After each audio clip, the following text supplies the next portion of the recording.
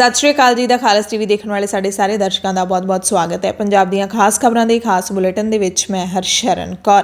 अज 31 अगस्त है, दिन मंगलवार है। अज के दिन दीयां खबरों के विस्तार तो पहलां तुहानूं खास ते वड्डियां खबरां दस दिंदे हां।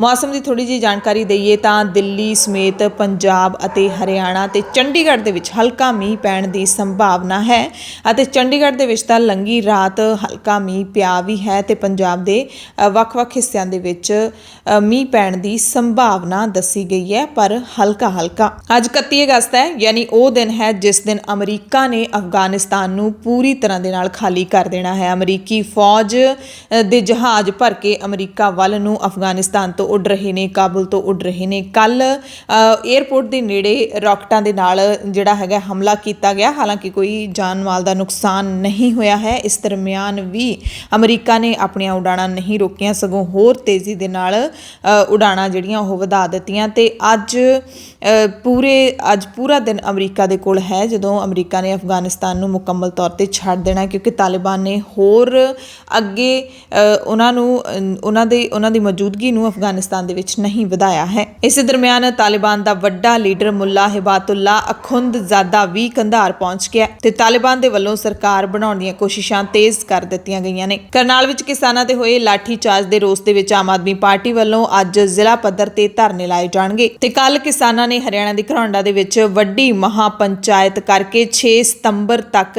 SDM दे खिलाफ कार्रवाई मंगी है। गिरफ्तार किसानां दी रिहाई मंगी है। 6 सितंबर तक दा अल्टीमेटम दिता, जे उदों तक सरकार ने मंग ना मन्नी तां 7 सितंबर नूं वड्डा एक्शन है जिहड़ा ओह कीता जावेगा। हरियाणा दे मुख मंत्री कह रहे ने कि किसान अंदोलन पिछे पंजाब दा हत्थ है अते किसानां दे खिलाफ ये कार्रवाई करनी जरूरी सी। ते मुख मंत्री कैप्टन अमरिंदर सिंह ने भी खट्टर नूं मोड़वां जवाब दे दिता है कि है तुसीं खेती कानून रद्द करवाओ, मूँह मिठा मैं तुहाडा कराऊंगा, किसानां दा तां कराउणा ही कराउणा, तुहाडा भी मूँह मिठा करावांगे।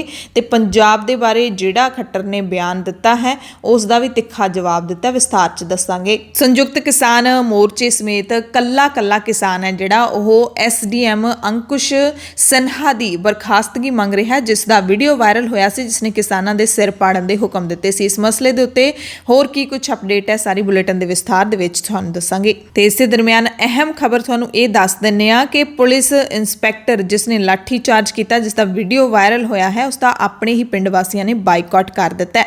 करनाल दे विच किसानां ते लाठी चार्ज करने वाले पुलिस इंस्पैक्टर हरजिंदर सिंह खैरा दा उसे दे पिंड दे ही लोकां ने समाजिक बाइकआउट करन दा ऐलान किया। किसी भी पिंड वाले नूं पुलिस अधिकारी दे परिवार नाल संपर्क ना रखण दी अपील की गई है।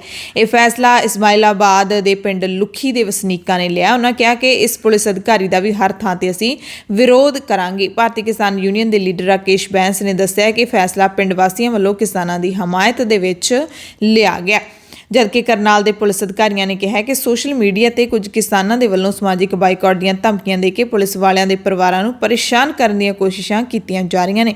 इस तरह दी धमकियां नाल पुलिस कार्रवाई विच रुकावट पैदा करने वाले व्यक्तियों खिलाफ केस दर्ज करके कानूनी कार्रवाई की जाएगी। ते लाठीचार्ज तो बाद पुलिस इंस्पैक्टर हरजिंदर सिंह खैरा दे पिंड वालियां ने ही उसका पुतला साड़िया सी ते समाजिक बाइकआउट का ऐलान कर दिता। ते कल पंजाब दे हर संघर्षी अखाड़े दे विच इस लाठीचार्ज दौरान जख्मी होने तो बाद शहीद हुए किसान सुशील काजल नूं श्रद्धांजलि दी गई।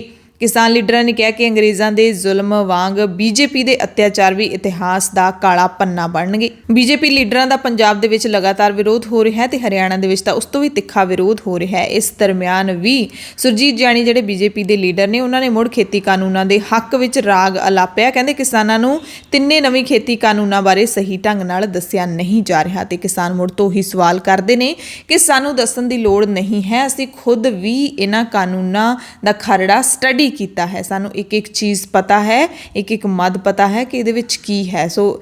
पर बीजेपी के लीडर हमेशा ही दर्शाउण दी कोशिश करते हैं कि जिवें किसानां ने ये कानून पढ़े ही नहीं हुंदे जां फिर किसान पढ़ना नहीं जानते। किसान कहते हैं कि साडे धीआं पुत्तर अजकल उच्च पढ़ाइयां कर रहे हैं, PhD तक कर रहे हैं, सानू अनपढ़ ना समझा जाए। सुमेध सैनी दे नाल जुड़ी हुई हैरानीजनक खबर है, क्योंकि सुमेध सैनी ने बड़ी चलाकी दे नाल कल अदालत दे विच पटीशन दित्ती है, मंग कीती है कि मेरे पुराने केस की सुनवाई छेती की जाए ते करवाई भी उस तो जाए, उस जज तो जाए जिहड़ा अज रिटायर हो रहा है। ते ओही जज ने पिछले ਪਿਛਲੇ ਦਿਨੀ ਸੁਮੇਧ ਸੈਣੀ ਨੂੰ ਰਿਹਾ ਕਰਨ ਦੇ ਹੁਕਮ ਜਾਰੀ ਕਰ ਦਿੱਤੇ ਸੀ ਜਦੋਂ ਗ੍ਰਿਫਤਾਰ ਕੀਤਾ ਗਿਆ ਸੀ। ਉਸੇ ਜੱਜ ਤੋਂ ਹੀ ਸੈਣੀ ਕਾਰਵਾਈ ਦੀ ਉਮੀਦ ਕਰ ਰਹੇ ਨੇ।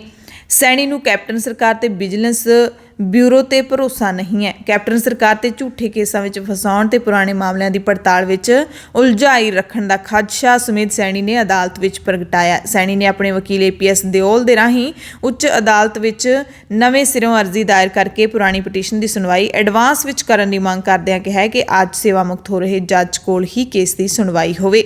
ਸਰਕਾਰੀ ਵਕੀਲਾਂ ਦਾ ਕਹਿਣਾ ਹੈ ਕਿ ਸੈਣੀ ਜਾਣਬੁੱਝ ਕੇ ਐਡਵਾਂਸ ਸੁਣਵਾਈ ਦੀ ਦੁਹਾਈ ਦੇ ਰਿਹਾ ਹੈ ਕਿਉਂਕਿ ਅੱਜ ਇੱਕ ਜੱਜ ਸੇਵਾ ਮੁਕਤ ਹੋ ਰਹੇ ਨੇ ਤੇ ਉਹਨਾਂ ਦੀ ਇਹ ਦਲੀਲ ਕਈ ਤਰ੍ਹਾਂ ਦੇ ਸ਼ੰਕੇ ਖੜੇ ਕਰਦੀ ਹੈ। ਤੇ ਪਿਛਲੇ ਦਿਨੀ ਵੀ ਜਿਸ ਤਰੀਕੇ ਦੇ ਨਾਲ ਸੈਣੀ ਨੂੰ ਜ਼ਮਾਨਤ ਦੇਣ ਦੇ ਹੁਕਮ ਦਿੱਤੇ ਗਏ ਸੀ, ਰਾਤ ਨੂੰ 2 ਵਜੇ ਤੱਕ ਅਦਾਲਤ ਬੈਠੀ ਸੀ। ਸਪੈਸ਼ਲ ਹਾਈ ਕੋਰਟ ਚੱਲੀ। ਮੋਹਾਲੀ ਅਦਾਲਤ ਵੀ ਇਤਿਹਾਸ ਵਿੱਚ ਪਹਿਲੀ ਵਾਰੀ ਇੰਨੀ ਰਾਤ ਤੱਕ ਚੱਲਦੀ ਰਹੀ।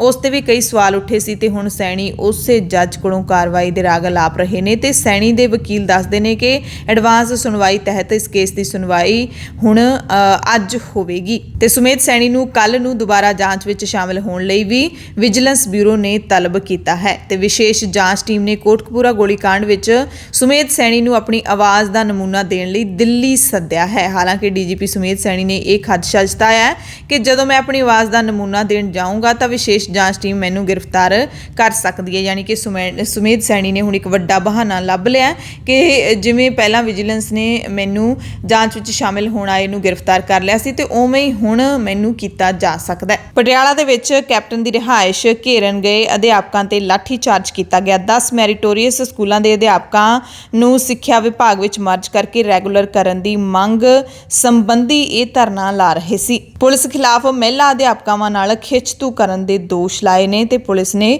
ਚੰਗੇ ਤਰੀਕੇ ਨਾਲ ਲਾਠੀ ਚਾਰਜ ਵੀ ਕੀਤਾ। ਬੇਅਦਬੀ ਮਾਮਲੇ ਅਤੇ ਬਰਗਾੜੀ ਮੋਰਚੇ ਦੇ ਸੰਬੰਧ ਵਿੱਚ ਮੁਤਵਾਜ਼ੀ ਜਥੇਦਾਰ ਭਾਈ ਧਿਆਨ ਸਿੰਘ ਮੰਡ ਨੇ ਕੈਪਟਨ ਅਮਰਿੰਦਰ ਸਿੰਘ ਨੂੰ 20 ਸਤੰਬਰ ਨੂੰ ਸ਼੍ਰੀ ਅਕਾਲ ਤਖਤ ਸਾਹਿਬ ਤੇ ਤਲਬ ਕੀਤਾ ਹੈ, ਸਪਸ਼ਟੀਕਰਨ ਦੇਣ ਦੇ ਲਈ ਕਿਹਾ ਹੈ। ਕਾਂਗਰਸ ਮਾਮਲਿਆਂ ਦੇ ਇੰਚਾਰਜ ਹਰੀਸ਼ ਰਾਵਤ ਨੇ ਅੱਜ ਚੰਡੀਗੜ੍ਹ ਪਹੁੰਚਣਾ ਸੀ ਪਰ ਅੱਜ ਉਹਨਾਂ ਦਾ ਦੌਰਾ ਟਲ ਗਿਆ ਤੇ ਹਰੀਸ਼ ਰਾਵਤ ਅਤੇ ਪ੍ਰਗਟ ਸਿੰਘ ਸਿੱਧੂ ਦੀ ਆਪਸ ਵਿੱਚ ਕੀ ਬਿਆਨਬਾਜ਼ੀ ਹੋਈ ਹੈ ਉਹ ਖਬਰਾਂ ਦੇ ਵਿਸਥਾਰ ਦੇ ਵਿੱਚ ਦੱਸਾਂਗੇ। ਇਸੇ ਦਰਮਿਆਨ ਮਹਾਰਾਣੀ ਪ੍ਰਨੀਤ ਕੌਰ ਨੇ ਮੁੜ ਨਵਜੋਤ ਸਿੰਘ ਸਿੱਧੂ ਨੂੰ ਨਸੀਹਤ ਦਿੱਤੀ ਹੈ ਕਿ ਸਿੱਧੂ ਆਪਣੇ ਕੰਮ ਵੱਲ ਧਿਆਨ ਦੇਣ। ਪੰਜਾਬ ਕਾਂਗਰਸ ਦੇ ਪ੍ਰਧਾਨ ਨੂੰ ਅਹੁਦੇ ਦੀ ਮਰਿਆਦਾ ਦਾ ਖਿਆਲ ਰੱਖਣ ਦੀ ਸਲਾਹ ਹੈ ਜਿਹੜੀ ਉਹ ਮਹਾਰਾਣੀ ਪ੍ਰਨੀਤ ਕੌਰ ਨੇ ਦਿੱਤੀ ਹੈ।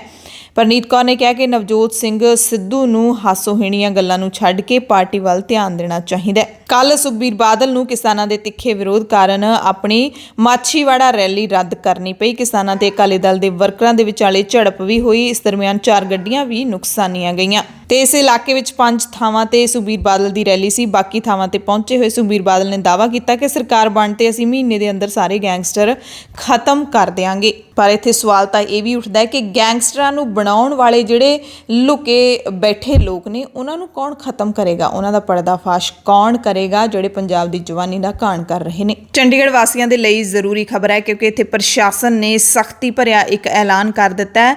ਬਿਨਾਂ ਵੈਕਸੀਨੇਸ਼ਨ ਤੇ ਕਰੋਨਾ ਟੈਸਟ ਦੇ ਹੁਣ ਸਰਕਾਰੀ ਦਫ਼ਤਰਾਂ ਦੇ ਵਿੱਚ ਕੰਮਕਾਜ ਨਹੀਂ ਹੋਣਗੇ। ਜਿਹੜੇ ਲੋਕਾਂ ਦੇ ਵੈਕਸੀਨ ਨਹੀਂ ਲਵਾਈ ਹੋਏਗੀ ਜਾਂ ਫਿਰ ਮਾਸਕ ਨਹੀਂ ਪਾਇਆ ਹੋਏਗਾ ਉਹਨਾਂ ਦਾ ਸਰਕਾਰੀ ਦਫ਼ਤਰਾਂ ਦੇ ਵਿੱਚ ਕੰਮਕਾਜ ਨਹੀਂ ਕੀਤਾ ਜਾਏਗਾ। ਪੰਜਾਬ ਯੂਨੀਵਰਸਿਟੀ ਦੇ ਵਿੱਚ ਕੱਲ੍ਹ ਵਿਦਿਆਰਥੀ ਜਥੇਬੰਦੀਆਂ ਨੇ ਜਨਸੰਘ ਦੇ ਬਾਨੀ ਮੈਂਬਰ ਅਤੇ ਛੱਤੀਸਗੜ੍ਹ ਦੇ ਸਾਬਕਾ ਗਵਰਨਰ ਤੇ ਸਾਬਕਾ ਉਪ ਮੁੱਖ ਮੰਤਰੀ ਸਵਰਗੀ ਬਲਰਾਮ ਜੀ ਦਾਸ ਟੰਡਨ ਦੀ ਯਾਦ ਵਿੱਚ ਕਰਵਾਏ ਗਏ ਭਾਸ਼ਣ ਪ੍ਰੋਗਰਾਮ ਦਾ ਵਿਰੋਧ ਕੀਤਾ। ਵਿਦਿਆਰਥੀਆਂ ਨੇ VC ਖਿਲਾਫ ਐਕੈਡੈਮਿਕ ਮਾਹੌਲ ਖਤਮ ਕਰਕੇ BJP RSS ਦੇ ਪ੍ਰੋਗਰਾਮਾਂ ਨੂੰ ਤਰਜੀਹ ਦੇਣ ਦੇ ਦੋਸ਼ ਲਾਏ। ਐਤਵਾਰ ਨੂੰ ਚੰਡੀਗੜ੍ਹ ਦੇ ਵਿੱਚ BJP ਦਫ਼ਤਰ ਦਾ ਘਿਰਾਓ ਕਰਨ ਵਾਲੇ ਆਮ ਆਦਮੀ ਪਾਰਟੀ ਦੇ ਲੀਡਰਾਂ ਖਿਲਾਫ ਚੰਡੀਗੜ੍ਹ ਪੁਲਿਸ ਨੇ ਕੇਸ ਦਰਜ ਕਰ ਲਿਆ। ਜਿਵੇਂ ਪੰਜਾਬ ਦੇ ਵਿੱਚ ਵੋਟਾਂ ਨੇੜੇ ਆ ਰਹੀਆਂ ਨੇ ਸੂਬੇ ਦੇ ਵਿੱਚ ਅਮਨ ਕਾਨੂੰਨ ਦੇ ਹਾਲਾਤ ਵੀ ਵਿਗੜਦੇ ਜਾ ਰਹੇ ਨੇ। ਕਪੂਰਥਲਾ ਤੋਂ ਖਬਰ ਹੈ ਜਿੱਥੇ ਲੰਘੀ ਦੇਰ ਰਾਤ ਕਰੀਬ 10 ਵਜੇ ਕਪੂਰਥਲਾ ਜਲੰਧਰ ਸੜਕ ਤੇ ਪਿੰਡ ਧਾਰੀਵਾਲ ਅੱਡੇ ਤੇ ਕੁਝ ਅਣਪਛਾਤੇ ਮੋਟਰਸਾਈਕਲ ਸਵਾਰ ਨੌਜਵਾਨਾਂ ਨੇ ਅਕਾਲੀ ਦਲ ਦੇ ਸ਼ਹਿਰੀ ਜ਼ਿਲ੍ਹਾ ਪ੍ਰਧਾਨ ਤੇ ਹੋਟਲ ਕਾਰੋਬਾਰੀ ਹਰਜੀਤ ਸਿੰਘ ਵਾਲੀਆ ਤੇ ਜਾਨਲੇਵਾ ਹਮਲਾ ਕੀਤਾ। ਰਾਤ ਨੂੰ ਵਾਲੀਆ ਆਪਣੇ ਹੋਟਲ ਤੋਂ ਇਨੋਵਾ ਗੱਡੀ ਤੇ ਡਰਾਈਵਰ ਦੇ ਨਾਲ ਘਰ ਵਾਪਸ ਆ ਰਹੇ ਸੀ। ਜਦੋਂ ਪਿੰਡ ਦੇ ਮੋੜ ਤੇ ਪਹੁੰਚੇ ਤਾਂ ਉੱਥੇ ਮੌਜੂਦ ਮੋਟਰਸਾਈਕਲ ਸਵਾਰ ਹਮਲਾਵਰਾਂ ਨੇ ਫਾਇਰਿੰਗ ਸ਼ੁਰੂ ਕਰ ਦਿੱਤੀ। ਜਦੋਂ ਆਪਣੀ ਜਾਨ ਬਚਾਉਣ ਲਈ ਗੱਡੀ ਉਹਨਾਂ ਨੇ ਭਜਾਈ ਤਾਂ ਹਮਲਾਵਰਾਂ ਨੇ ਤੇਜ਼ ਹਥਿਆਰ ਤੇ ਇੱਟਾਂ ਨਾਲ ਗੱਡੀ ਤੇ ਹਮਲਾ ਕਰ ਦਿੱਤਾ। ਗੱਡੀ ਦਾ ਪਿਛਲਾ ਸ਼ੀਸ਼ਾ ਜ਼ਰੂਰ ਟੁੱਟ ਗਿਆ ਪਰ ਜਾਨੀ ਨੁਕਸਾਨ ਹੋਣ ਤੋਂ ਬਚ ਗਿਆ। ਪੰਜਾਬ ਦੀਆਂ ਖਾਸ ਖਬਰਾਂ ਦੀ ਖਾਸ ਬੁਲੇਟਿਨ ਦੇ ਵਿੱਚ ਹੁਣ ਖਬਰਾਂ ਵਿਸਥਾਰ ਦੇ ਨਾਲ। करनाल लाठीचार्ज बारे की कुछ अपडेट है सारी तुहानूं दसांगे, पर उस तो पहला तुहानूं दस दिंदे हां सुप्रीम कोर्ट ने बयान दिता है करोना दे बारे। कहा है कि कोविड करके कई जिंदगियां बर्बाद होईयां ने। कोविड-19 ने बहुत सारियां जिंदगियां नूं बर्बाद कर छड्डिया है, लोकां नूं ते बच्चियां नूं अपने मापिਆਂ नालों विछोड़ दिता है। महामारी दौरान अपने माता पिता ਜਾਂ ਦੋਵਾਂ ਨੂੰ ਗਵਾ ਦੇਣ ਵਾਲੇ ਬੱਚਿਆਂ ਦੀ ਜ਼ਿੰਦਗੀ ਦਾ ਤੇ ਲੱਗਣੀ ਦੇਖਣਾ ਦਿਲ ਨੂੰ ਪੀੜਾ ਦੇਣ ਵਾਲਾ ਹੈ। ਪਰ ਨਾਲ ਹੀ ਸੁਪਰੀਮ ਕੋਰਟ ਨੇ ਸਰਕਾਰਾਂ ਦੀ ਵੀ ਖੂਬ ਪ੍ਰਸ਼ੰਸਾ ਕਰ ਦਿੱਤੀ। ਕਿਹਾ ਕਿ ਅਜਿਹੇ ਬੱਚਿਆਂ ਨੂੰ ਰਾਹਤ ਦੇਣ ਲਈ ਕੇਂਦਰ ਤੇ ਸੂਬਾ ਸਰਕਾਰਾਂ ਦੇ ਵੱਲੋਂ ਜਿਹੜੀਆਂ ਯੋਜਨਾਵਾਂ ਐਲਾਨੀਆਂ ਗਈਆਂ ਨੇ ਉਹ ਸੱਚਮੁੱਚ ਤਸੱਲੀ ਬਖਸ਼ਣੇ ਤਸੱਲੀ ਦਿੰਦੀਆਂ ਨੇ। ਕੋਰੋਨਾ ਨੂੰ ਲੈ ਕੇ ਕੁਝ ਕਿਸੇ ਕੇਸ ਦੀ ਸੁਣਵਾਈ ਹੋ ਰਹੀ ਸੀ ਤੇ ਹੁਣ ਸੁਣਵਾਈ 7 ਅਕਤੂਬਰ ਨੂੰ ਹੋਵੇਗੀ।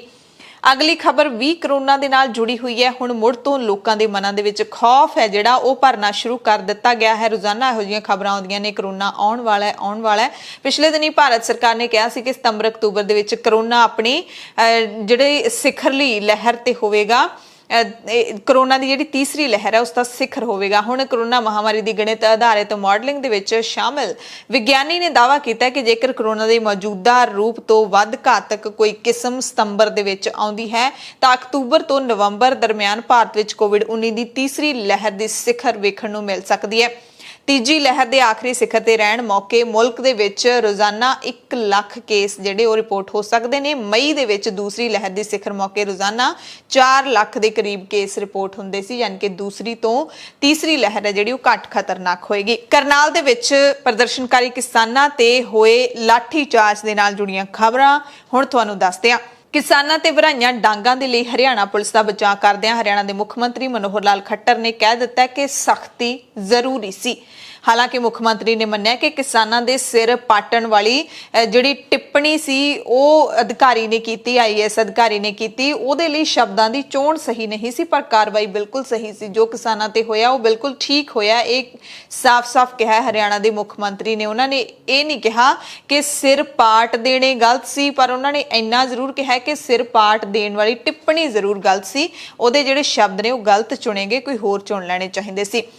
चंडीगढ़ के प्रैस क्लब के विच पत्रकारां दे रूबरू हुंदिआं मुख मंत्री ने कहा कि SDM के शब्दों की चोण सही नहीं सी, पर अमन ते कानून यकीनी बनाउण लई सख्ती जरूरी सी। जेकर अधिकारी के खिलाफ कोई कार्रवाई की भी जाएगी तो वह भी स्थानक पद्धर ते होएगी, यानी कि जिला लैवल ते होएगी, कोई वड्डी कार्रवाई नहीं होवेगी। DGP इस पूरे मामले नूं देख रहे ने ते सख्ती करनी जरूरी सी उस वक्त के हालातां नूं देखते हुए। सो हरियाणा सरकार ने अपना मनशा जिहड़ा ओह दस दिता है, अपनी मनशा दस दित्ती है कि असीं की करांगे ते की नहीं करांगे। हुण किसान ने जिहड़े ओह भी चेतावनियां दे रहे ने, ओह भी अगे तुहानूं दसदे हां। चंडीगढ़ के सैक्टर 19 दे विच किसानां ने खट्टर दा जबरदस्त विरोध भी किया, जोरदार नारेबाजी की, शांतमई तरीके दे नाल रोस मुजाहरा किया ते चंडीगढ़ दे इह जिहड़े 27 सैक्टर दे नेड़े तेड़े प्रैस भवन दे आस-पास दे जिहड़े सैक्टर ने ओह पुलिस छाउणी दे विच तब्दील होए सी। जदों तक खट्टर प्रेस कॉन्फ्रेंस करते रहे, किसान धरना ला के लगातार नारेबाजी करते रहे। काले झंडे दिखाए कोई रोकना। फिर बीच में सिरसा में घटना हुई जब डिप्टी स्पीकर की गाड़ी को तोड़ा गया। ये लोकतंत्र के विरोध में है। लोकतंत्र की सुरक्षा करना शासन प्रशासन गवर्नर सबका काम है। तो लेकिन शब्दों का चयन संभल के करना चाहिए। और जब लॉ एंड ऑर्डर को मेंटेन करने के लिए फोर्सेस काम करती हैं तो क्या क्या नहीं होता है, सारी शक्ति प्रयोग की जाती है। शक्ति तो लोकतंत्र को मेंटेन करने के लिए करनी चाहिए थी। अब आप यहाँ आए हैं, अगर आपको किसी को कोई आपको सुरक्षित यहाँ पहुँचने ना देता तो आप ही कहते कि मेरा अधिकार आने का क्यों नहीं आने दिया गया। आज जो कॉल दी गई है, आप लोगों ने मुझे बुलाया, मैं यहाँ आया, ना आपका इसमें रोल ना मेरा रोल, लेकिन कोई ये कहे कि नहीं तो हम तो व्यवधान डालेंगे, मुख्यमंत्री को वहाँ नहीं जाने देंगे। क्या इसको आप ठीक मानते हैं? कि कल से मुझे जो फोन आ रहे हैं कि इनको सख्ती से निपटो। अपने लोग भी जब बिगड़ जाए, घर में बालक होता है वो भी तो घर का होने के बाद भी बिगड़ जाता है कई बार। तो कोई घर का जो बड़ा होता है वो उस बालक को एक सीमा में तो उसके साथ व्यवहार किया जाता है ना। अब वो सीमा बदलती रहती है। एक सीमा ऐसी मुझे लगता है ये चीज़ें ठीक होंगी और पुलिस को आदेश हो जाते हैं सख्ती से निपटो, तो क्या होता उस दिन ਖੱਟਰ ਨੇ ਇੱਕ ਹੋਰ ਵੱਡਾ ਬਿਆਨ ਦਿੱਤਾ ਹੈ। ਹਰਿਆਣਾ ਦੇ ਵਿੱਚ ਅੰਦੋਲਨ ਪੰਜਾਬ ਦੇ ਸਿਰ ਮੜਿਆ, ਕਿਹਾ ਕਿ ਕਿਸਾਨ ਅੰਦੋਲਨ ਕਾਰਨ ਹਰਿਆਣਾ ਦੇ ਵਿੱਚ ਜੋ ਕੁਝ ਵੀ ਹੋ ਰਿਹਾ ਉਹਦੇ ਵਿੱਚ ਪੰਜਾਬ ਦਾ ਹੱਥ ਹੈ। ਕਹਿੰਦੇ ਜੇ ਅਜਿਹਾ ਨਾ ਹੁੰਦਾ ਤਾਂ ਕਿਸਾਨ ਲੀਡਰ ਬਲਵੀਰ ਸਿੰਘ ਰਾਜੇਵਾਲ ਪੰਜਾਬ ਦੇ ਮੁੱਖ ਮੰਤਰੀ ਕੈਪਟਨ ਅਮਰਿੰਦਰ ਸਿੰਘ ਨੂੰ ਲੱਡੂ ਨਾ ਖਵਾਉਂਦੇ। ਯਾਨੀ ਕਿ ਪੰਜਾਬ ਸਰਕਾਰ ਅਤੇ किसान लीडरां दी आपसी मिली भुगत का भी इल्जाम लाया है ते सारा दोष पंजाब दे सिर मड़ दिता है। गुरेज नहीं होना चाहिए और हरियाणा को उन्होंने बहुत गलत चुन लिया है इस आंदोलन का, और इसमें पंजाब का हाथ है। वरना राज्यपाल जाकर के मुख्यमंत्री को इस प्रकार से लड्डू खिलाते हुए नहीं दिखता, क्योंकि पंजाब दे ही बंदे हैगे कि जेडे उत्थे जाके बैठे हैं। मेरे हरियाणा का बंदा ना तो ਸਿੰਘੂ ਬਾਰਡਰ ਤੇ बैठा है ना टिकरी ਬਾਰਡਰ ਤੇ बैठा है। ਤੁਸੀਂ ਜਾ ਕੇ ਗਿਣ ਲਓ, ਜਾ ਕੇ ਮੇਰੇ ਕੋਲ ਰੋਜ਼ਾਨਾ ਖਬਰ ਆ ਜਾਂਦੀ ਹੈ ਕਿ ਉੱਥੇ ਪੰਜਾਬ ਦੇ ਬੰਦੇ ਕਿੰਨੇ ਕਿ ਹਰਿਆਣਾ ਦੇ ਬੰਦੇ ਕਿੰਨੇ ਹੈ। ਇਸ ਮੌਕੇ ਮਨੋਹਰ ਲਾਲ ਨੇ ਇਹ ਵੀ ਕਿਹਾ ਕਿ 3 ਖੇਤੀ ਕਾਨੂੰਨਾਂ ਨੂੰ ਲੈ ਕੇ ਜ਼ਮੀਨ ਵੇਚਣ ਦਾ, MSP ਖਤਮ ਹੋਣ ਦਾ ਤੇ ਮੰਡੀਆਂ ਬੰਦ ਹੋਣ ਦਾ ਸਿਰਫ ਵਹਿਮ ਫੈਲਾਇਆ ਜਾ ਰਿਹਾ ਹੈ। ਆਖਿਰ ਇਹ ਸਭ ਕਿਵੇਂ ਹੋਏਗਾ ਕਿ ਵੀ ਤੁਹਾਡੇ ਜ਼ਮੀਨਾਂ ਵਿਕ ਜਾਣਗੀਆਂ, MSP ਖਤਮ ਹੋ ਜਾਏਗਾ, ਮੰਡੀਆਂ ਖਤਮ ਹੋ ਜਾਣਗੀਆਂ। MSP ਕੋਈ ਸਰਕਾਰ ਕਦੇ ਵੀ ਨਾ ਅੱਜ ਤੱਕ ਖਤਮ ਕੀਤਾ, ਨਾ ਅੱਜ ਤੱਕ ਕਦੇ ਹੋਇਆ। ਸੋ ਹਰਿਆਣਾ ਦੇ ਮੁੱਖ ਮੰਤਰੀ ਮਨੋਹਰ ਲਾਲ ਖੱਟਰ ਆਪਣੀ ਸਰਕਾਰ ਦੇ 2500 ਦਿਨ ਪੂਰੇ ਹੋਣ ਤੇ ਆਪਣੀ ਸਰਕਾਰ ਦੇ ਜਿਹੜੇ ਕੰਮਕਾਜ ਗਿਣਵਾ ਰਹੇ ਸੀ ਤੇ ਸਾਰੇ ਲੋਕਾਂ ਨੂੰ ਉਹਨਾਂ ਨੇ ਵਧਾਈ ਵੀ ਦਿੱਤੀ। ਹਰਿਆਣੇ ਦੇ ਵਾਸੀਆਂ ਨੂੰ ਟੋਕੀਓ ਪੈਰਾਲੰਪਿਕਸ ਦੇ ਵਿੱਚ ਹਰਿਆਣਾ ਦੇ 2 ਖਿਡਾਰੀਆਂ ਨੂੰ ਮੈਡਲ ਜਿੱਤਣ ਤੇ ਵਧਾਈ ਦਿੱਤੀ। 2500 ਦਿਨ ਪਹਿਲਾਂ ਸੂਬਾ ਕਹਿੰਦੇ ਭ੍ਰਿਸ਼ਟਾਚਾਰ ਦੇ ਵਿੱਚ ਡੁੱਬਿਆ ਹੋਇਆ ਸੀ, ਪਰਿਵਾਰਵਾਦ ਦਾ ਮਾਹੌਲ ਸੀ, ਇਸ ਨੂੰ ਸੁਧਾਰਨ ਵਿੱਚ ਅਸੀਂ ਲਗਾਤਾਰ ਕੰਮ ਕੀਤਾ ਅਤੇ ਲੋਕਾਂ ਦੀ ਭਲਾਈ ਦੇ ਲਈ ਕੰਮ ਕੀਤਾ। ਸਾਡੇ ਕਾਰਜਕਾਲ ਤੋਂ ਪਹਿਲਾਂ ਕਹਿੰਦੇ ਹਜ਼ਾਰਾਂ ਲੋਕ ਰੋਜ਼ਾਨਾ ਚੰਡੀਗੜ੍ਹ ਆਉਂਦੇ ਸੀ, CM ਤੇ ਮੰਤਰੀਆਂ ਦੀ ਰਿਹਾਇਸ਼ ਤੇ ਭੀੜ ਲੱਗੀ ਰਹਿੰਦੀ ਸੀ, ਪਰ ਹੁਣ ਲੋਕਾਂ ਦੇ ਸਾਰੇ ਕੰਮ ਆਪਣੇ ਆਪ ਹੋ ਜਾਂਦੇ ਨੇ। ਤੇ ਖੱਟਰ ਦੇ ਬਿਆਨ ਤੋਂ ਬਾਅਦ ਪੰਜਾਬ ਦੇ ਮੁੱਖ ਮੰਤਰੀ ਕੈਪਟਨ ਅਮਰਿੰਦਰ ਸਿੰਘ ਨੇ ਤੁਰੰਤ ਬਿਆਨ ਦਾਗ ਦਿੱਤਾ।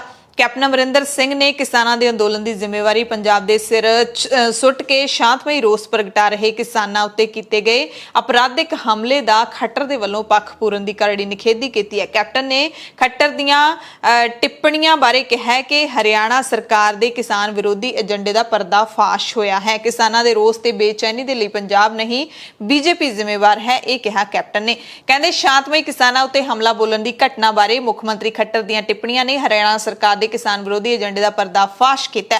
ਕੈਪਟਨ ਨੇ ਖੱਟਰ ਨੂੰ ਸਿੱਧਾ ਸੁਨੇਹਾ ਭੇਜਿਆ ਕਿ ਤੁਸੀਂ ਕਿਸਾਨਾਂ ਨੂੰ ਕੁੱਟਣ ਦੀ ਥਾਂ 3 ਖੇਤੀ ਕਾਨੂੰਨ ਰੱਦ ਕਰ ਦਿਓ, ਫਿਰ ਮੈਂ ਕਿਸਾਨ ਹੀ ਨਹੀਂ ਤੁਹਾਨੂੰ ਵੀ ਲੱਡੂ ਖਵਾਉਂਗਾ। ਕੈਪਟਨ ਅਮਰਿੰਦਰ ਸਿੰਘ ਨੇ ਹਰਿਆਣਾ ਦੇ ਲੀਡਰਾਂ ਨੂੰ ਇਹ ਵੀ ਕਿਹਾ ਕਿ ਤੁਹਾਨੂੰ ਇਹ ਨਹੀਂ ਦਿਸਦਾ ਕਿ ਤੁਹਾਡੇ ਆਪਣੇ ਹੀ ਸੂਬੇ ਦੇ ਕਿਸਾਨ ਉਹਨਾਂ ਪ੍ਰਤੀ ਉਦਾਸੀਨ ਰਵੱਈਆ ਅਪਣਾਉਣ ਤੇ ਖੇਤੀ ਕਾਨੂੰਨ ਰੱਦ ਕਰਨ ਲਈ ਤੁਹਾਡੀ ਪਾਰਟੀ BJP ਦੇ ਵੱਲੋਂ ਟਸ ਤੋਂ ਮਸ ਨਾ ਹੋਣ ਕਰਕੇ ਉਹ ਤੁਹਾਡੇ ਤੋਂ ਖਫਾ ਨੇ। ਕੀ ਤੁਹਾਨੂੰ ਨਹੀਂ ਦਿਖਦਾ? ਮੁੱਖ ਮੰਤਰੀ ਮਨੋਹਰ ਲਾਲ ਖੱਟਰ ਦੇ ਇਸ ਬਿਆਨ ਦਾ ਸੰਯੁਕਤ ਕਿਸਾਨ ਮੋਰਚੇ ਨੇ ਵੀ ਬਿਆਨ ਦਿੱਤਾ ਹੈ। ਮੋਰਚੇ ਦੇ ਲੀਡਰਾਂ ਨੇ ਕਿਹਾ ਕਿ CM ਮਨੋਹਰ ਲਾਲ ਖੱਟਰ ਵੱਲੋਂ ਹੱਤਿਆਰੇ ਅਧਿਕਾਰੀ ਦਾ ਬਚਾਅ ਕਰਨਾ ਸੱਚਮੁੱਚ ਜਿਹੜਾ ਡੂੰਘੇ ਸ਼ੋਕ ਵਾਲੀ ਗੱਲ ਹੈ। ਉਹਨਾਂ ਨੇ ਜਿਹੜਾ ਸੋਗ ਜ਼ਾਹਿਰ ਕੀਤਾ। ਮੋਰਚੇ ਦੇ ਲੀਡਰਾਂ ਨੇ ਕਿਹਾ ਕਿ ਖੱਟਰ ਦਾ ਸਿਰਫ ਇਹ ਕਹਿਣਾ ਕਿ ਸ਼ਬਦਾਂ ਦਾ ਗਲਤ ਇਸਤੇਮਾਲ ਕੀਤਾ ਗਿਆ ਬਹੁਤ ਹੀ ਹੈਰਾਨ ਕਰਨ ਵਾਲਾ ਬਿਆਨ ਹੈ। ਹਰਿਆਣਾ ਸਰਕਾਰ ਮੋਦੀ ਸਰਕਾਰ ਦੀ ਕਠਪੁਤਲੀ ਬਣ ਕੇ ਕੰਮ ਕਰਦੀ ਹੈ।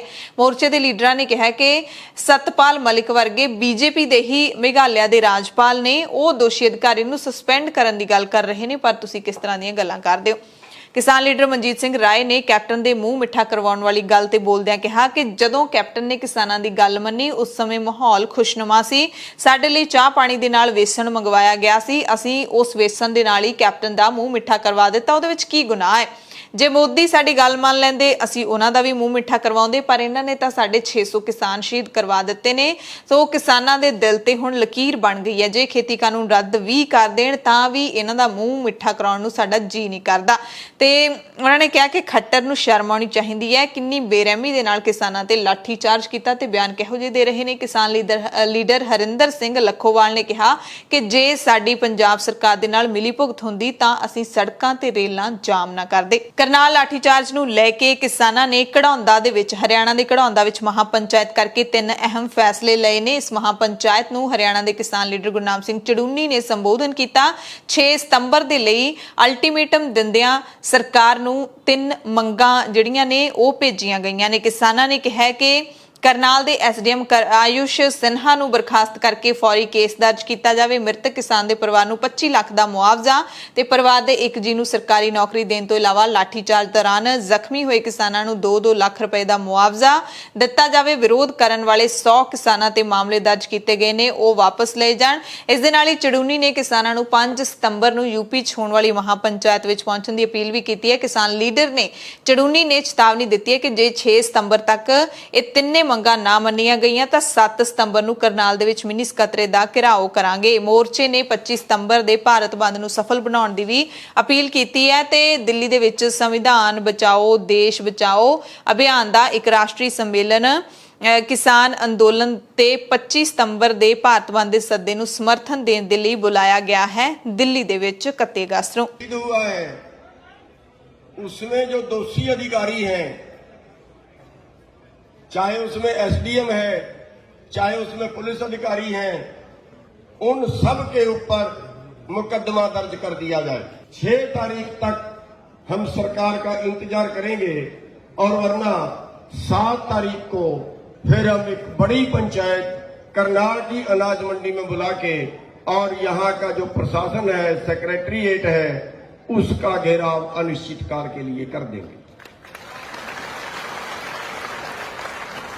इसके साथ साथ जो हमारा भाई शहीद हुआ है उसके लिए 25 लाख रुपया मुआवजा और उसके बेटे को नौकरी। जो किसान शहीद हुआ उसके परिवार को 25 लाख रुपया मुआवजा और परिवार में ये भी सरकार 7 तारीख तक 6 तारीख तक हमें क्लियर करके बताएगी। संयुक्त मोर्चे के सामने अपनी बात रखेंगे कि संयुक्त मोर्चा कोई अगला जो कड़ा फैसला है, जो आंदोलन है, उसको कड़ा फैसला लेंगे। पूरे हरियाणा के जो किसान हैं, पूरे हरियाणा की जो जनता है, उनकी डिमांड है कि अब हम बार बार नहीं पीटेंगे, अब हमें कड़ा फैसला लेना होगा, चाहे वो दिल्ली जाने का हो, चाहे कुछ भी हो। एक बार हम हरियाणा की तरफ से संयुक्त मोर्चे के आगे अपनी बात रखेंगे। सिरसा ਦੇ ਵਿੱਚ ਵੀ ਕਿਸਾਨਾਂ ਨੇ ਸ਼ਹੀਦ ਭਗਤ ਸਿੰਘ ਸਟੇਡੀਅਮ 'ਚ ਧਰਨਾ ਲਾਇਆ ਤੇ ਸਰਕਾਰ ਖਿਲਾਫ ਜ਼ੋਰਦਾਰ ਨਾਅਰੇਬਾਜ਼ੀ ਕੀਤੀ। ਧਰਨਾਕਾਰੀਆਂ ਨੂੰ ਸੰਬੋਧਨ ਕਰਦਿਆਂ ਕਿਸਾਨ ਲੀਡਰਾਂ ਨੇ ਪੁਲਿਸ ਵੱਲੋਂ ਕਿਸਾਨਾਂ ਤੇ ਕੀਤੇ ਅੰਨੇ ਲਾਠੀ ਚਾਰਜ ਦੀ ਜਿੱਥੇ ਨਿਖੇਧੀ ਕੀਤੀ, ਉੱਥੇ ਹੀ ਬੀਜੇਪੀ ਜੇਜੇਪੀ ਸਰਕਾਰ ਦੀ ਤੁਲਨਾ ਤਾਲਿਬਾਨਾਂ ਦੇ ਨਾਲ ਕੀਤੀ। ਇੱਕ ਦਿਨ ਪਹਿਲਾਂ ਰਾਕੇਸ਼ ਟਿਕੈਤ ਨੇ ਵੀ ਹਰਿਆਣਾ ਸਰਕਾਰ ਨੂੰ ਤਾਲਿਬਾਨ ਦੀ ਸਰਕਾਰ ਕਿਹਾ ਸੀ। ਬੁਲਾਰਿਆਂ ਨੇ ਕਿਸਾਨਾਂ ਤੇ ਲਾਠੀ ਚਾਰਜ ਕਰਨ ਦਾ ਹੁਕਮ ਦੇਣ ਵਾਲੇ ਸਬ ਡਿਵੀਜ਼ਨਲ ਮੈਜਿਸਟ੍ਰੇਟ ਆਯੁਸ਼ ਸਿਨਹਾ ਨੂੰ ਤੁਰੰਤ ਬਰਖਾਸਤ ਕਰਨ ਦੀ ਮੰਗ ਕੀਤੀ ਅਤੇ ਕਿਸਾਨਾਂ ਤੇ ਕੀਤੇ ਕਾਤਲਾਨਾ ਹਮਲੇ ਦੇ ਲਈ ਉਹਨਾਂ ਦੇ ਖਿਲਾਫ ਕਤਲ ਦਾ ਪਰਚਾ ਜਾਂ ਫਿਰ ਕਤਲ ਦੀ ਕੋਸ਼ਿਸ਼ ਦਾ ਪਰਚਾ ਦਰਜ ਕਰਵਾਉਣ ਦੀ ਮੰਗ ਕੀਤੀ। ਕਿਸਾਨਾਂ ਨੇ ਚੇਤਾਵਨੀ ਦਿੱਤੀ ਕਿ ਜੇ ਇਸ ਅਧਿਕਾਰੀ ਖਿਲਾਫ ਕਾਰਵਾਈ ਨਾ ਕੀਤੀ ਤਾਂ ਅਸੀਂ ਆਪਣੇ ਅੰਦੋਲਨ ਨੂੰ ਹੋਰ ਤਿੱਖਾ ਕਰਾਂਗੇ। ਕਰਨਾਲ ਦੇ ਵਿੱਚ ਵੀ ਕਿਸਾਨਾਂ ਨੇ ਮਹਾਪੰਚਾਇਤ ਕੀਤੀ। ਐਸਡੀਐਮ ਆਯੂਸ਼ ਸਿਨਹਾ ਦੇ ਖਿਲਾਫ ਕੇਸ ਦਰਜ ਕਰਨ ਦੀ ਮੰਗ ਕੀਤੀ। ਜੇ ਸਰਕਾਰ 5 ਸਤੰਬਰ ਤੱਕ ਮੰਗਾਂ ਨਹੀਂ ਮੰਨਦੀ ਤਾਂ 7 ਸਤੰਬਰ ਨੂੰ ਪੰਚਾਇਤ ਕੀਤੀ ਜਾਏਗੀ। ਸਖਤ ਫੈਸਲੇ ਨੇ ਜਿਹੜੇ ਉਹ ਲਏ ਜਾਣਗੇ। ਮ੍ਰਿਤਕ ਕਿਸਾਨ ਦੇ ਪਰਿਵਾਰ ਲਈ 25 ਲੱਖ ਦਾ ਮੁਆਵਜ਼ਾ ਅਤੇ ਸਰਕਾਰੀ ਨੌਕਰੀ ਮੰਗੀ ਹੈ ਤੇ ਐਸਡੀਐਮ ਦੇ ਖਿਲਾਫ ਕਤਲ ਦਾ ਕੇਸ ਦਰਜ ਕਰਨ ਦੀ ਮੰਗ ਕੀਤੀ ਹੈ। ਸਾਬਕਾ ਕੇਂਦਰੀ ਮੰਤਰੀ ਹਰਸਿਮਰਤ ਕੌਰ ਬਾਦਲ ਨੇ ਕਰਨਾਲ ਮਾਮਲੇ ਦੀ ਨਿੰਦਾ ਕਰਦਿਆਂ ਕਿਹਾ ਕਿ ਉਹ ਯਾਨੀ ਕਿ ਐਸਡੀਐਮ ਗੁਨਾਹਗਾਰ ਕਿਉਂ ਨਹੀਂ ਹੈ। ਕਰਨਾਲ ਦੇ ਐਸਡੀਐਮ ਦਾ ਵੀਡੀਓ ਹੀ ਉਸ ਵਿਰੁੱਧ ਐਫਆਈਆਰ ਅਤੇ ਨੌਕਰੀ ਤੋਂ ਬਰਖਾਸਤਗੀ ਦੇ ਲਈ ਸਭ ਤੋਂ ਵੱਡਾ ਸਬੂਤ ਹੈ, ਜਿਹਦੇ ਵਿੱਚ ਉਹ ਪੁਲਿਸ ਉੱਤੇ ਹੁਕਮ ਚਾੜਦਾ ਹੋਇਆ ਕਹਿ ਰਿਹਾ ਹੈ ਇਨ ਕਿਸਾਨੋਂ ਦਾ ਸਰ ਫੋੜ ਦੋ। ਜ਼ਖਮਾਂ ਦੀ ਤਾਬ ਨਾ ਸਹਾਰਦਾ ਹੋਇਆ ਇੱਕ ਕਿਸਾਨ ਪਹਿਲਾਂ ਹੀ ਦਮ ਤੋੜ ਚੁੱਕਿਆ ਹੈ। ਅਦਾਲਤ ਨੂੰ ਬਿਨਾਂ ਹੋਰ ਸਮਾਂ ਗਵਾਏ ਸਖਤ ਕਾਰਵਾਈ ਜਿਹੜੀ ਕਰਨੀ ਚਾਹੀਦੀ ਹੈ। ਪਹਿਲਾਂ ਭਾਰਤ ਸਰਕਾਰ ਅੰਨਦਾਤਾ ਨੂੰ ਅਪਮਾਨਜਨਕ ਨਾਮ ਲੈ ਕੇ ਭੰਡਦੀ ਰਹੀ ਤੇ ਹੁਣ ਸ਼ਰੇਆਮ ਉਹਨਾਂ ਤੇ ਹਿੰਸਕ ਤਸ਼ੱਦਦ ਦੀ ਆਗਿਆ ਦੇ ਰਹੀ ਹੈ ਤੇ ਇਹ ਦੁਨੀਆ ਦੇ ਸਭ ਤੋਂ ਵੱਡੇ ਲੋਕਤੰਤਰ ਵਿੱਚ ਬੇਹੱਦ ਘਿਨਾਉਣਾ ਵਰਤਾਰਾ ਵਰਤ ਰਿਹਾ ਹੈ। ਇਹ ਕਹਿਣਾ ਹਰਸਿਮਰਤ ਕੌਰ ਬਾਦਲ ਦਾ। ਜਿਹੜੇ ਕਰਨਾਲ ਦੇ ਐਸਡੀਐਮ ਦੀ ਵੀਡੀਓ ਵਾਇਰਲ ਹੋਈ ਹੈ, ਜਿੱਥੇ ਸਿੱਧੇ ਕਿਸਾਨਾਂ ਦੇ ਸਰ ਫੋੜਨ ਦੇ ਆਦੇਸ਼ ਦਿੱਤੇ ਜਾ ਰਹੇ ਨੇ ਉਹਦੇ ਵੱਲੋਂ ਕਿ ਲਾਠੀਆਂ ਮਾਰ ਕੇ ਸੜ ਫੋੜਿਆ ਜਾਏ, ਇੱਕ ਵੀ ਨਾ ਅੱਗੇ ਵੱਧ ਸਕੇ। ਮੈਂ ਪੁੱਛਣਾ ਚਾਹੁੰਦੀ ਹਾਂ ਮੋਦੀ ਸਰਕਾਰ ਨੂੰ, ਇਹ ਆਦੇਸ਼ ਕਿਸਾਨਾਂ ਦੇ ਪ੍ਰਦਰਸ਼ਨ ਤੋਂ ਪਹਿਲੇ ਦਿੱਤਾ ਗਿਆ। ਇਹਦਾ ਮਤਲਬ ਪੂਰੀ ਤਰ੍ਹਾਂ ਸਰਕਾਰ ਦੀ ਪਲੈਨਿੰਗ ਸੀ ਕਿ ਕਿਸਾਨਾਂ ਨੂੰ ਮਾਰ ਕੁੱਟ ਕੇ ਉਹਨਾਂ ਦੇ ਸਰ ਫੋੜਨੇ, ਗੋਲੀ ਦੇ ਆਦੇਸ਼ ਤੋਂ ਘੱਟ ਸਭ ਕੁਝ ਕਰਨ ਵਾਸਤੇ ਸਿੱਧੇ ਆਦੇਸ਼ ਜਿਹੜੇ ਇਹਨੇ ਤਾਕਤਵਰ ਤਰੀਕੇ ਦੇ ਨਾਲ ਜਿਹੜਾ ਉਹ ਐਸਡੀਐਮ ਦੇ ਰਿਹਾ ਹੈ ਕੀ ਇਹ ਆਪਣੇ ਹਾਈ ਕਮਾਂਡ ਦੇ ਅਪਰੂਵਲ ਤੋਂ ਬਿਨਾਂ ਦੇ ਸਕਦਾ ਹੈ ਕੋਈ ਅਫਸਰ? ਤੇ ਇਸ ਤੋਂ ਵੱਡਾ ਕ੍ਰਿਮੀਨਲ ਐਕਟ ਕੀ ਹੋ ਸਕਦਾ ਹੈ ਕਿ ਜਿਨ੍ਹਾਂ ਨੂੰ ਲਾਅ ਐਂਡ ਆਰਡਰ ਮੇਨਟੇਨ ਕਰਕੇ ਲੋਕਾਂ ਦੀ ਜਾਨਾਂ ਦੀ ਸੁਰੱਖਿਆ ਕਰਨੀ ਚਾਹੀਦੀ ਹੈ, ਉਹ ਜਾਨ ਲੈਣ ਵਾਸਤੇ ਆਪਣੇ ਹਵਲਦਾਰਾਂ ਨੂੰ ਕਹਿ ਰਿਹਾ ਕਿ ਚੰਗੀ ਤਰ੍ਹਾਂ ਕੁੱਟਮਾਰ ਕਰਨਾ। ਤੇ ਹਰਿਆਣਾ ਦੇ ਨਾਲ ਮੋਗਾ ਜ਼ਿਲ੍ਹੇ ਦੇ ਪਿੰਡ ਦੌਲਤਪੁਰਾ ਦੇ ਕਿਸਾਨਾਂ ਦੇ ਵੱਲੋਂ ਲਾਠੀਚਾਰਜ ਦੇ ਵਿਰੋਧ ਵਿੱਚ ਮੁੱਖ ਮੰਤਰੀ ਮਨੋਹਰ ਲਾਲ ਖੱਟਰ ਦਾ ਪੁਤਲਾ ਫੂਕ ਕੇ ਰੋਸ ਮੁਜ਼ਾਹਰਾ ਕੀਤਾ ਗਿਆ। ਤੇ ਕਰਨਾਲ ਦੇ ਵਿੱਚ ਸ਼ਾਂਤਮਈ ਧਰਨਾਕਾਰੀ ਕਿਸਾਨਾਂ ਤੇ ਕੀਤੇ ਪੁਲਸੀਆ ਤਸ਼ੱਦਦ ਦੇ ਰੋਸ ਦੇ ਵਿੱਚ ਆਮ ਆਦਮੀ ਪਾਰਟੀ ਪੰਜਾਬ ਦੇ ਵੱਲੋਂ ਮੰਗਲਵਾਰ ਯਾਨੀ ਕਿ 31 ਅਗਸਤ ਨੂੰ ਖੱਟਰ ਸਰਕਾਰ ਅਤੇ ਨਰਿੰਦਰ ਮੋਦੀ ਦੀ ਸਰਕਾਰ ਖਿਲਾਫ ਪੰਜਾਬ ਦੇ ਵਿੱਚ ਸੂਬਾ ਭਰ ਦੇ ਵਿੱਚ ਜ਼ਿਲ੍ਹਾ ਪੱਧਰੀ ਰੋਸ ਮੁਜ਼ਾਹਰੇ ਕਰਨ ਦਾ ਐਲਾਨ ਕੀਤਾ ਗਿਆ ਹੈ। ਇਸ ਮੌਕੇ ਰੋਸ ਮੁਜ਼ਾਹਰੇ ਕਰਨ ਦੇ ਨਾਲ-ਨਾਲ ਕਿਸਾਨਾਂ ਦੇ ਸਮਰਥਨ ਦੇ ਵਿੱਚ ਡਿਪਟੀ ਕਮਿਸ਼ਨਰ ਰਾਹੀਂ ਭਾਰਤ ਸਰਕਾਰ ਨੂੰ ਮੰਗ ਪੱਤਰ ਭੇਜੇ ਜਾਣਗੇ। ਆਮ ਆਦਮੀ ਪਾਰਟੀ ਦੇ ਕਿਸਾਨ ਵਿੰਗ ਦੇ ਪ੍ਰਧਾਨ ਅਤੇ ਵਿਧਾਇਕ ਕੁਲਤਾਰ ਸਿੰਘ ਸੰਧਵਾ ਨੇ ਕਿਹਾ ਕਿ ਹਰਿਆਣਾ ਦੇ ਕਰਨਾਲ ਵਿੱਚ ਕਿਸਾਨਾਂ ਤੇ ਪੁਲਿਸ ਵੱਲੋਂ ਕੀਤੇ ਅੰਨੇ ਤਸ਼ੱਦਦ ਲਈ ਪ੍ਰਧਾਨ ਮੰਤਰੀ ਨਰਿੰਦਰ ਮੋਦੀ ਤੇ ਹਰਿਆਣਾ ਦੇ ਮੁੱਖ ਮੰਤਰੀ ਮਨੋਹਰ ਲਾਲ ਖੱਟਰ ਜ਼ਿੰਮੇਦਾਰ ਨੇ, ਕਿਉਂਕਿ ਨਰਿੰਦਰ ਮੋਦੀ ਤੇ ਖੱਟਰ ਸਰਕਾਰ ਕਿਸਾਨਾਂ ਦੀ ਆਵਾਜ਼ ਸੁਣਨ ਦੀ ਬਜਾਏ ਕਿਸਾਨਾਂ ਦੀ ਆਵਾਜ਼ ਨੂੰ ਤਾਲਿਬਾਨੀ ਤਸ਼ੱਦਦ ਨਾਲ ਦਬਾਉਣਾ ਚਾਹੁੰਦੀ ਹੈ। ਪੰਜਾਬ ਕਾਂਗਰਸ ਦੇ ਵਿੱਚ ਬਗਾਵਤ ਰੁਕਣ ਦਾ ਨਾਮ ਨਹੀਂ ਲੈ ਰਹੀ। ਪੰਜਾਬ ਕਾਂਗਰਸ ਦੇ ਜਨਰਲ ਸਕੱਤਰ ਅਤੇ ਵਿਧਾਇਕ ਪ੍ਰਗਟ ਸਿੰਘ ਨੇ ਵੀ ਜਨਤਕ ਤੌਰ ਤੇ ਬਿਆਨਬਾਜ਼ੀ ਹੁਣ ਸ਼ੁਰੂ ਕਰ ਦਿੱਤੀ ਹੈ। ਪ੍ਰਗਟ ਸਿੰਘ ਨੇ ਪੰਜਾਬ ਮਾਮਲਿਆਂ ਦੇ ਇੰਚਾਰਜ ਹਰੀਸ਼ ਰਾਵਤ ਦੇ ਬਿਆਨ ਨੂੰ ਚੁਣੌਤੀ ਦਿੰਦਿਆਂ ਕਿਹਾ ਹੈ ਕਿ ਵਿਧਾਨ ਸਭਾ ਦੀਆਂ 2022 ਦੀਆਂ ਚੋਣਾਂ ਮੁੱਖ ਮੰਤਰੀ ਕੈਪਟਨ ਅਮਰਿੰਦਰ ਸਿੰਘ ਦੀ ਅਗਵਾਈ ਵਿੱਚ ਨਹੀਂ ਲੜੀਆਂ ਜਾਣਗੀਆਂ। ਉਹਨਾਂ ਨੇ ਹਰੀਸ਼ ਰਾਵਤ ਨੂੰ ਕਿਹਾ ਕਿ ਉਹ ਪੰਜਾਬ ਦੇ ਲੋਕਾਂ ਨੂੰ ਦੱਸਣ ਕਿ 2022 ਦੀਆਂ ਚੋਣਾਂ ਕੈਪਟਨ ਅਮਰਿੰਦਰ ਸਿੰਘ ਦੀ ਅਗਵਾਈ 'ਚ ਲੜਨ ਦਾ ਫੈਸਲਾ ਆਖਿਰਕਾਰ ਕਦੋਂ ਹੋਇਆ ਸੀ। ਪ੍ਰਗਟ ਸਿੰਘ ਨੇ ਕਿਹਾ ਕਿ ਹਰੀਸ਼ ਵੱਲੋਂ ਦਿੱਤੇ ਇਸ ਬਿਆਨ ਦਾ ਪੰਜਾਬ ਦੇ ਲੋਕਾਂ ਤੇ ਮਾੜਾ ਅਸਰ ਪਿਆ ਹੈ ਕਿ ਆਉਂਦੀਆਂ ਚੋਣਾਂ ਕੈਪਟਨ ਦੀ ਅਗਵਾਈ ਵਿੱਚ ਲੜੀਆਂ ਜਾਣਗੀਆਂ, ਕਿਉਂਕਿ 2 ਮਹੀਨੇ ਪਹਿਲਾਂ ਹੀ ਮਲਿਕਾਰਜੁਨ ਖੜਗੇ ਦੀ ਅਗਵਾਈ ਵਾਲੀ ਕਮੇਟੀ ਬਣੀ ਸੀ, ਜਦੋਂ ਉਦੋਂ ਫੈਸਲਾ ਹੋਇਆ ਸੀ ਕਿ ਪੰਜਾਬ ਦੀਆਂ ਚੋਣਾਂ ਸੋਨੀਆ ਗਾਂਧੀ ਤੇ ਰਾਹੁਲ ਗਾਂਧੀ ਦੀ ਅਗਵਾਈ 'ਚ ਲੜੀਆਂ ਜਾਣਗੀਆਂ। ਨਵਜੋਤ ਸਿੰਘ ਸਿੱਧੂ ਦੇ ਇੱਟ ਨਾਲ ਇੱਟ ਖੜਕਾਉਣ ਦੇ ਬਿਆਨ ਬਾਰੇ ਪ੍ਰਗਟ ਸਿੰਘ ਸਿੱਧੂ ਨੇ ਕਿਹਾ ਕਿ ਸਿੱਧੂ ਨੇ ਇਹ ਇਸ਼ਾਰਾ ਹਰੀਸ਼ ਰਾਵਤ ਵਾਲੀ ਕੀਤਾ ਲੱਗਦਾ ਹੈ, ਕਿਉਂਕਿ ਨਵਜੋਤ ਸਿੱਧੂ ਤਾਂ ਸੋਨੀਆ ਗਾਂਧੀ, ਰਾਹੁਲ ਗਾਂਧੀ ਤੇ ਪ੍ਰਿਯੰਕਾ ਗਾਂਧੀ ਦਾ ਬੜਾ ਸਤਿਕਾਰ ਕਰਦੇ ਨੇ। ਹਰੀਸ਼ ਰਾਵਤ ਨੂੰ ਇਹ ਕਿਹਾ ਹੋ ਸਕਦਾ ਹੈ। ਤੇ ਉਸ ਤੋਂ ਬਾਅਦ ਹਰੀਸ਼ ਰਾਵਤ ਨੇ ਵੀ ਪ੍ਰਗਟ ਸਿੰਘ ਨੂੰ ਸੁਨੇਹਾ ਘੱਲ ਦਿੱਤਾ ਹੈ ਕਿ ਪ੍ਰਗਟ ਸਿਓ ਮੈਨੂੰ ਮੱਤਾ ਨਾ ਦੇਵੇ।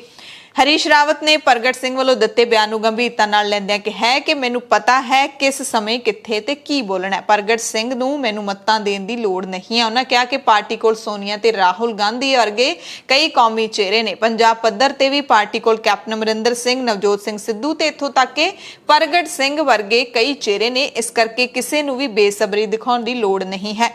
ਉਹਨਾਂ ਕਾਂਗਰਸੀ ਆਗੂਆਂ ਵੱਲੋਂ ਇੱਕ ਦੂਸਰੇ ਦੇ ਖਿਲਾਫ ਕੀਤੀ ਜਾ ਰਹੀ ਬਿਆਨਬਾਜ਼ੀ ਬਾਰੇ ਕਿਹਾ ਕਿ ਪੁਰਾਣੀ ਆਦਤ ਹੈ, ਹੌਲੀ-ਹੌਲੀ ਸਭ ਕੁਝ ਠੀਕ ਹੋ ਜਾਊਗਾ। ਸੋਮਵਾਰ ਨੂੰ ਸ਼੍ਰੋਮਣੀ ਅਕਾਲੀ ਦਲ ਦੇ ਪ੍ਰਧਾਨ ਸੁਖਬੀਰ ਬਾਦਲ ਦੀ 100 ਦਿਨਾਂ ਯਾਤਰਾ ਦੇ ਦਰਮਿਆਨ ਸਮਰਾਲਾ ਦੇ ਵਿੱਚ 5 ਥਾਵਾਂ ਤੇ ਪ੍ਰੋਗਰਾਮ ਸਨ, ਪਰ ਕਿਸਾਨਾਂ ਦੇ ਵਿਰੋਧ ਦੇ ਚੱਲਦਿਆਂ ਮਾਛੀਵਾੜੇ ਵਾਲਾ ਪ੍ਰੋਗਰਾਮ ਹੈ ਜਿਹੜਾ ਉਹ ਸੁਖਬੀਰ ਨੂੰ ਰੱਦ ਕਰਨਾ ਪਿਆ। ਕਿਸਾਨ ਸੁਖਬੀਰ ਬਾਦਲ ਨਾਲ ਕੁਝ ਮੁੱਦਿਆਂ ਤੇ ਬਹਿਸ ਕਰਨਾ ਚਾਹੁੰਦੇ ਸੀ, ਸਵਾਲ ਜਵਾਬ ਕਰਨਾ ਚਾਹੁੰਦੇ ਸੀ, ਪਰ ਸੁਖਬੀਰ ਬਾਦਲ ਨੇ ਇਹ ਦੌਰਾ ਹੀ ਰੱਦ ਕਰ ਦਿੱਤਾ। ਇਸ ਤੋਂ ਪਹਿਲਾਂ ਵੀ ਕਈ ਥਾਵਾਂ ਤੇ ਸੁਖਬੀਰ ਦਾ ਕਿਸਾਨਾਂ ਦੇ ਵੱਲੋਂ ਵਿਰੋਧ ਹੋਇਆ ਹੈ ਤੇ ਹੁਣ ਸੁਖਬੀਰ ਬਾਦਲ ਵਿਰੋਧ ਤੋਂ ਅੱਕਦੇ ਜਾ ਰਹੇ ਨੇ। ਹਾਲਾਂਕਿ ਹੋਰ ਥਾਵਾਂ ਤੇ ਪ੍ਰੋਗਰਾਮ ਸੀ ਜਿਹੜੇ ਉਹ ਸੁਖਬੀਰ ਨੇ ਜ਼ਰੂਰ ਕਰ ਲਏ ਨੇ। ਸੁਖਬੀਰ ਬਾਦਲ ਨੇ ਸਮਰਾਲਾ ਤੋਂ ਪਰਮਜੀਤ ਢਿੱਲੋਂ ਨੂੰ ਉਮੀਦਵਾਰ ਹੈ ਜਿਹੜਾ ਐਲਾਨ ਦਿੱਤਾ 2022 ਦੀਆਂ ਚੋਣਾਂ ਦਰਮਿਆਨ। ਇਸ ਦਰਮਿਆਨ ਉਹਨਾਂ ਨੇ ਕਿਹਾ ਕਿ ਅਕਾਲੀ ਤੇ ਬਹੁਜਨ ਸਮਾਜ ਪਾਰਟੀ ਦੀ ਸਰਕਾਰ ਜਦੋਂ ਬਣੇਗੀ ਤਾਂ ਕੈਪਟਨ ਅਮਰਿੰਦਰ ਸਿੰਘ ਤੋਂ ਇੱਕ ਪੈਸੇ ਦਾ ਅਸੀਂ ਹਿਸਾਬ ਲਵਾਂਗੇ। ਵੱਡਾ ਜਿਹੜਾ ਵਾਅਦਾ ਕੀਤਾ ਕਿ ਬਿਜਲੀ ਦੀ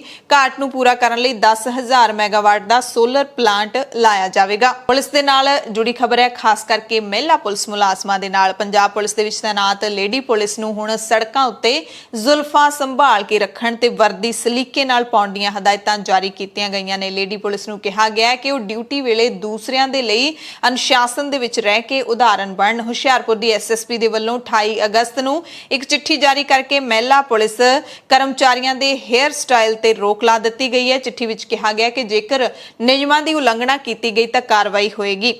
ਐਸਐਸਪੀ ਨੇ ਕਿਹਾ ਕਿ ਵੇਖਣ ਚ ਆਇਆ ਕਿ ਜ਼ਿਲ੍ਹਾ ਯੂਨਿਟ ਦੀਆਂ ਸਮੂਹ ਲੇਡੀ ਫੋਰਸ ਨੇ ਵਰਦੀ ਪੈਟਰਨ ਦੇ ਮੁਤਾਬਿਕ ਨਹੀਂ ਪਾਈ ਹੁੰਦੀ। ਵਰਦੀ ਦੇ ਨਾਲ-ਨਾਲ ਜ਼ੁਲਫਾਂ ਦੇ ਵੀ ਵੱਖੋ ਵੱਖਰੇ ਸਟਾਈਲ ਬਣਾਏ ਹੁੰਦੇ ਨੇ ਜੋ ਵੇਖਣ ਵਿੱਚ ਭੈੜਾ ਹੀ ਨਹੀਂ ਲੱਗਦਾ, ਸਗੋਂ ਪੁਲਿਸ ਅਨੁਸ਼ਾਸਨ ਦੀ ਵੀ ਉਲੰਘਣਾ ਹੈ। ਇਸ ਲਈ ਸਭ ਨੂੰ ਵਰਦੀ ਤੈਅ ਕੀਤੇ ਪੈਟਰਨ ਮੁਤਾਬਿਕ ਪਾਉਣ ਅਤੇ ਵੱਖ-ਵੱਖ ਤਰ੍ਹਾਂ ਦੇ ਹੇਅਰ ਸਟਾਈਲ ਨਾ ਕੀਤੇ ਜਾਣ ਦੀ ਹਦਾਇਤ ਕੀਤੀ ਗਈ ਹੈ। ਲੇਡੀ ਪੁਲਿਸ ਨੂੰ ਸਧਾਰਨ ਜੂੜਾ ਬਣਾ ਕੇ ਉੱਪਰ ਜਾਲੀ ਪਾਉਣ ਲਈ ਕਿਹਾ ਗਿਆ ਹੈ। ਹਦਾਇਤਾਂ ਦੀ ਇਨ ਬਿਨ ਪਾਲਣਾ ਨਾ ਕਰਨ ਵਾਲਿਆਂ ਦੇ ਖਿਲਾਫ ਖਿਲਾਫ ਕਾਰਵਾਈ ਦੀ ਚੇਤਾਵਨੀ ਦਿੱਤੀ ਗਈ ਹੈ। ਸੋ ਆਮ ਤੌਰ ਤੇ ਆਪਾਂ ਦੇਖਦੇ ਹੁੰਨੇ ਆ ਕਿਤੋਂ ਦੀ ਵੀ ਪੁਲਿਸ ਹੋਵੇ ਤਾਂ ਪੁਲਿਸ ਦੀ ਇੱਕ ਵਰਦੀ ਹੁੰਦੀ ਹੈ, ਵਰਦੀ ਦੇ ਵਿੱਚ ਰਹਿਣਾ ਜ਼ਰੂਰੀ ਹੁੰਦਾ ਹੈ। ਚਾਹੇ ਉਹ ਕਿਸੇ ਵੀ ਮੁਲਕ ਦੀ ਪੁਲਿਸ ਹੋਵੇ ਤਾਂ ਇੱਕ ਬਹੁਤ ਹੀ ਸਾਦੇ ਤਰੀਕੇ ਦੇ ਨਾਲ ਜਿਹੜਾ ਹੈਗਾ ਪੁਲਿਸ ਅਧਿਕਾਰੀਆਂ ਨੂੰ ਰਹਿਣਾ ਹੁੰਦਾ, ਪਰ ਵਰਦੀ ਹੈ ਜਿਹੜੀ ਉਹ ਜ਼ਰੂਰ ਪਾਈ ਹੁੰਦੀ ਹੈ। ਹੇਅਰ ਸਟਾਈਲ ਵਰਗੇ ਜਾਂ ਫਿਰ ਓਵਰ ਮੇਕਅਪ ਵਰਗੇ ਜਿਹੜੇ ਨਿਯਮ ਨੇ ਉਹ ਸਖਤੀ ਦੇ ਨਾਲ ਲਾਗੂ ਕੀਤੇ ਹੁੰਦੇ ਨੇ। ਬਰਗਾੜੀ ਮੋਰਚੇ ਦੇ ਵਿੱਚ ਹੁਣ ਤੱਕ ਨਿਆਂ ਨਾ ਦੇਣ ਦੇ ਦੋਸ਼ ਵਿੱਚ ਮੁਤਵਾਜ਼ੀ ਜਥੇਦਾਰ ਭਾਈ ਧਿਆਨ ਸਿੰਘ ਮਾਨ ਨੇ ਮੁੱਖ ਮੰਤਰੀ ਕੈਪਟਨ ਅਮਰਿੰਦਰ ਸਿੰਘ ਨੂੰ ਵੀ ਹੁਣ ਤਲਬ ਕਰ ਲਿਆ। 20 ਸਤੰਬਰ ਨੂੰ ਸਪਸ਼ਟੀਕਰਨ ਦੇਣ ਦੇ ਲਈ ਕੈਪਟਨ ਨੂੰ ਅਕਾਲ ਤਖਤ ਸਾਹਿਬ ਵਿਖੇ ਤਲਬ ਕੀਤਾ ਹੈ। ਸ਼੍ਰੀ ਅਕਾਲ ਤਖਤ ਸਾਹਿਬ ਵਿਖੇ ਨਤਮਸਤਕ ਹੋਣ ਤੋਂ ਬਾਅਦ ਮੀਡੀਆ ਨੂੰ ਜਾਣਕਾਰੀ ਦਿੰਦਿਆਂ ਮਾਨ ਨੇ ਦੱਸਿਆ ਕਿ ਪਿਛਲੀ ਵਾਰੀ 20 ਅਗਸਤ ਨੂੰ ਪੰਜਾਬ ਸਰਕਾਰ ਦੇ 5 ਨੁਮਾਇੰਦਿਆਂ ਨੇ ਸਪਸ਼ਟੀਕਰਨ ਦਿੱਤਾ ਸੀ, ਜਿਸ ਵਿੱਚ ਉਹਨਾਂ ਨੇ ਹੁਣ ਤੱਕ ਕਾਰਵਾਈ ਨਾ ਹੋਣ ਲਈ ਮੁੱਖ ਮੰਤਰੀ ਨੂੰ ਜ਼ਿੰਮੇਦਾਰ ਦੱਸਿਆ। ਇਸੇ ਕਰਕੇ ਅਸੀਂ ਮੁੱਖ ਮੰਤਰੀ ਕੈਪਟਨ ਅਮਰਿੰਦਰ ਸਿੰਘ ਤੋਂ ਸਪਸ਼ਟੀਕਰਨ ਲਵਾਂਗੇ। ਉਹਨਾਂ ਕਿਹਾ ਕਿ ਕੈਪਟਨ ਅਮਰਿੰਦਰ ਸਿੰਘ 20 ਸਤੰਬਰ ਨੂੰ ਸ੍ਰੀ ਅਕਾਲ ਤਖਤ ਸਾਹਿਬ ਵਿਖੇ ਪੇਸ਼ ਹੋ ਕੇ ਉਹਨਾਂ ਦੇ ਆਪਣੇ ਹੀ ਨੁਮਾਇੰਦਿਆਂ ਵੱਲੋਂ ਲਾਏ ਗਏ ਦੋਸ਼ਾਂ ਬਾਰੇ ਆਪਣਾ ਸਪਸ਼ਟੀਕਰਨ ਦੇਣ। ਸੋ ਇੱਥੇ ਇਹ ਵੀ ਬੜਾ ਦਿਲਚਸਪ ਹੈ ਕਿ ਜਿਹੜੇ ਨੁਮਾਇੰਦੇ ਕੈਪਟਨ ਅਮਰਿੰਦਰ ਸਿੰਘ ਦੀ ਸਰਕਾਰ ਦੇ ਵੱਲੋਂ ਗਏ ਸੀ ਉਹਨਾਂ ਦੇ ਵਿੱਚ ਤ੍ਰਿਪਤ ਰਜਿੰਦਰ ਸਿੰਘ ਬਾਜਵਾ, ਸੁਖਜਿੰਦਰ ਸਿੰਘ ਰੰਧਾਵਾ ਤੇ 3 ਵਿਧਾਇਕ ਨੇ ਜਿਹੜੇ ਉਹ ਸ਼ਾਮਿਲ ਨੇ ਤੇ ਇਹ ਉਹੀ ਮੰਤਰੀ ਨੇ, ਮਾਝੇ ਦੇ ਲੀਡਰ ਨੇ ਜਿਹੜੇ ਕਿ ਇਸ ਵਾਰ ਕੈਪਟਨ ਦੇ ਬਾਗੀ ਧੜੇ ਦੇ ਵਿੱਚ ਨੇ ਤੇ ਹੁਣ ਕੈਪਟਨ ਨੂੰ ਤਲਬ ਕੀਤਾ ਗਿਆ। ਦੇਖਣਾ ਹੋਊਗਾ ਕਿ ਕੈਪਟਨ 20 ਸਤੰਬਰ ਨੂੰ ਪਹੁੰਚਦੇ ਨੇ ਕਿ ਨਹੀਂ। ਹਾਲਾਂਕਿ ਜ਼ਾਹਿਰ ਤੌਰ ਤੇ ਥੋੜੀ ਜੀ ਸੰਭਾਵਨਾ ਤਾਂ ਸੰਕੇਤ ਤਾਂ ਇਹੀ ਲੱਗਦੇ ਨੇ ਕਿ ਕੈਪਟਨ ਨਹੀਂ ਪਹੁੰਚਣਗੇ, ਕਿਉਂਕਿ ਜਿਹੜੇ ਕੈਪਟਨ ਦੇ ਵਜ਼ੀਰ ਨੇ ਉਹ ਵੀ 2-3 ਵਾਰੀ ਬੁਲਾਏ ਤੋਂ ਹੀ ਪਹੁੰਚੇ ਸੀ ਤੇ ਹੁਣ 20 ਸਤੰਬਰ ਨੂੰ ਆਪਾਂ ਦੇਖਦੇ ਹਾਂ ਕੀ ਹੋਣ ਵਾਲਾ ਹੈ। ਪੰਜਾਬ ਕਾਂਗਰਸ ਦੇ ਪ੍ਰਧਾਨ ਨਵਜੋਤ ਸਿੰਘ ਸਿੱਧੂ ਨੇ ਨੁਕਸਦਾਰ ਬਿਜਲੀ ਖਰੀਦ ਸਮਝੌਤਿਆਂ ਨੂੰ ਰੱਦ ਕਰਨ ਅਤੇ ਪੰਜਾਬ ਦੇ ਵਿੱਚ ਘਰੇਲੂ ਤੇ ਸਨਅਤੀ ਬਿਜਲੀ ਦਰਾਂ ਘਟਾਉਣ ਦੇ ਇਰਾਦੇ ਨਾਲ ਕੈਪਟਨ ਅਮਰਿੰਦਰ ਸਿੰਘ ਦੀ ਅਗਵਾਈ ਵਾਲੀ ਸੂਬਾ ਸਰਕਾਰ ਤੇ ਦਬਾਅ ਬਣਾਉਂਦਿਆਂ 3 ਸਤੰਬਰ ਨੂੰ ਸੱਦੇ ਪੰਜਾਬ ਵਿਧਾਨ ਸਭਾ ਦੇ ਇੱਕ ਦਿਨਾ ਵਿਸ਼ੇਸ਼ ਇਜਲਾਸ ਦੀ ਮਿਆਦ 5 ਤੋਂ 7 ਦਿਨ ਵਧਾਉਣ ਦੀ ਮੰਗ ਕੀਤੀ ਹੈ। 3 ਸਤੰਬਰ ਨੂੰ ਸਿਰਫ ਇੱਕ ਦਿਨ ਦਾ ਇਜਲਾਸ ਰਾਜਪਾਲ ਨੇ ਸੱਦਿਆ ਤਾਂ ਸਿੱਧੂ ਕਹਿ ਰਹੇ ਨੇ ਕਿ 5 ਜਾਂ ਫਿਰ 7 ਦਿਨਾਂ ਦਾ ਇਹ ਹੋਣਾ ਚਾਹੀਦਾ ਹੈ। ਸਿੱਧੂ ਨੇ ਟਵਿੱਟਰ ਤੇ ਪੋਸਟ ਕੀਤੀ ਵੀਡੀਓ ਦੇ ਵਿੱਚ ਕਾਂਗਰਸ ਹਾਈਕਮਾਨ ਵੱਲੋਂ ਦਿੱਤੇ 18 ਨੁਕਾਤੀ ਏਜੰਡੇ ਤੇ ਮੁੜ ਜ਼ੋਰ ਦਿੰਦਿਆਂ ਮੁੱਖ ਮੰਤਰੀ ਮੂਰੇ ਕਈ ਮੁੱਦੇ ਰੱਖੇ ਨੇ। ਸਿੱਧੂ ਨੇ ਕਿਹਾ ਕਿ ਪੰਜਾਬ ਸਰਕਾਰ ਲੋਕਾਂ ਦੇ ਹਿੱਤ ਵਿੱਚ ਫੌਰੀ ਪੰਜਾਬ ਰਾਜ ਇਲੈਕਟ੍ਰਿਸਿਟੀ ਰੈਗੂਲੇਟਰੀ ਕਮਿਸ਼ਨ ਨੂੰ ਹਦਾਇਤਾਂ ਜਾਰੀ ਕਰਕੇ ਨਿੱਜੀ ਪਾਵਰ ਪਲਾਂਟਾਂ ਨੂੰ ਟੈਰਿਫ ਦੇ ਰੂਪ ਵਿੱਚ ਦਿੱਤੀ ਜਾ ਰਹੀ ਅਦਾਇਗੀ ਨੂੰ ਨਵੇਂ ਸਿਰੇ ਤੋਂ ਸੋਧੇ ਤਾਂ ਕਿ ਨੁਕਸਦਾਰ ਬਿਜਲੀ ਖਰੀਦ ਸਮਝੌਤੇ ਰੱਦ ਹੋ ਜਾਣ। ਸਿੱਧੂ ਨੇ ਕਿਹਾ ਕਿ ਵਿਧਾਨ ਸਭਾ ਦਾ 5 ਤੋਂ 7 ਦਿਨਾਂ ਸੈਸ਼ਨ ਸੱਦ ਕੇ ਨੁਕਸਦਾਰ ਬਿਜਲੀ ਖਰੀਦ ਸਮਝੌਤਿਆਂ ਨੂੰ ਰੱਦ ਕਰਨ ਲਈ ਨਵਾਂ ਕਾਨੂੰਨ ਲਿਆਂਦਾ ਜਾਵੇ। ਉਹਨਾਂ ਕਿਹਾ ਕਿ ਸੂਬਾ ਸਰਕਾਰ ਦੀ ਇਸ ਪੇਸ਼ਕਦਮੀ ਦੇ ਨਾਲ ਜਨਰਲ ਸ਼੍ਰੇਣੀ ਤਹਿਤ ਸਾਰੇ ਘਰੇਲੂ ਖਪਤਕਾਰਾਂ ਨੂੰ 300 ਯੂਨਿਟ ਬਿਜਲੀ ਮੁਫਤ ਦੇਣ ਦੇ ਵਿੱਚ ਮਦਦ ਮਿਲੇਗੀ। ਰੁੱਤਾਂ ਅਕਸਰ ਬਦਲਦੀਆਂ ਰਹਿੰਦੀਆਂ ਨੇ, ਪਰ ਅੱਜ ਕੱਲ ਜਿਹੜੀ ਪੰਜਾਬ 'ਚ ਰੁੱਤ ਚੱਲ ਰਹੀ ਹੈ ਨਾ, ਉਹ ਮੁੱਦਿਆਂ ਤੋਂ ਭਟਕਾਉਣ ਦੀ ਰੁੱਤ ਚੱਲ ਰਹੀ ਹੈ, ਡਿਫਲੈਕਟ ਕਰਨ ਦੀ ਰੁੱਤ ਚੱਲ ਰਹੀ ਹੈ। ਔਰ ਮੇਰੀ ਇੱਕੋ ਇੱਕ ਮਨਸ਼ਾ ਹੈ ਕਿ ਪੰਜਾਬੀਆਂ ਨੂੰ ਵਾਪਸ ਮੁੱਦੇ ਦੇ ਉੱਤੇ ਲਿਆ ਕੇ ਖੜਾਵਾਂ, ਕਿਉਂਕਿ ਪੰਜਾਬ ਦੇ ਕਲਿਆਣ ਦੇ ਵਿੱਚ ਮੇਰਾ ਕਲਿਆਣ ਔਰ ਸਭ ਦਾ ਕਲਿਆਣ ਨਿਹਿਤ ਹੈ। ਪਿਛਲੇ 1 ਮਹੀਨਿਆਂ ਤੋਂ ਮੇਰਾ ਸੰਪਰਕ ਪੰਜਾਬ ਦੇ ਵਿਧਾਇਕਾਂ ਦੇ ਨਾਲ, ਬਹੁਤ ਸਾਰੇ ਹਜ਼ਾਰਾਂ ਲੱਖਾਂ ਵਰਕਰਾਂ ਦੇ ਨਾਲ ਤੇ ਆਮ ਲੋਕਾਂ ਦੇ ਨਾਲ ਗਲੀਆਂ 'ਚ, ਮੁਹੱਲਿਆਂ 'ਚ, ਨੁੱਕੜ ਮੀਟਿੰਗਾਂ ਦੇ ਵਿੱਚ ਹੋਇਆ, ਰਾਬਤਾ ਹੋਇਆ।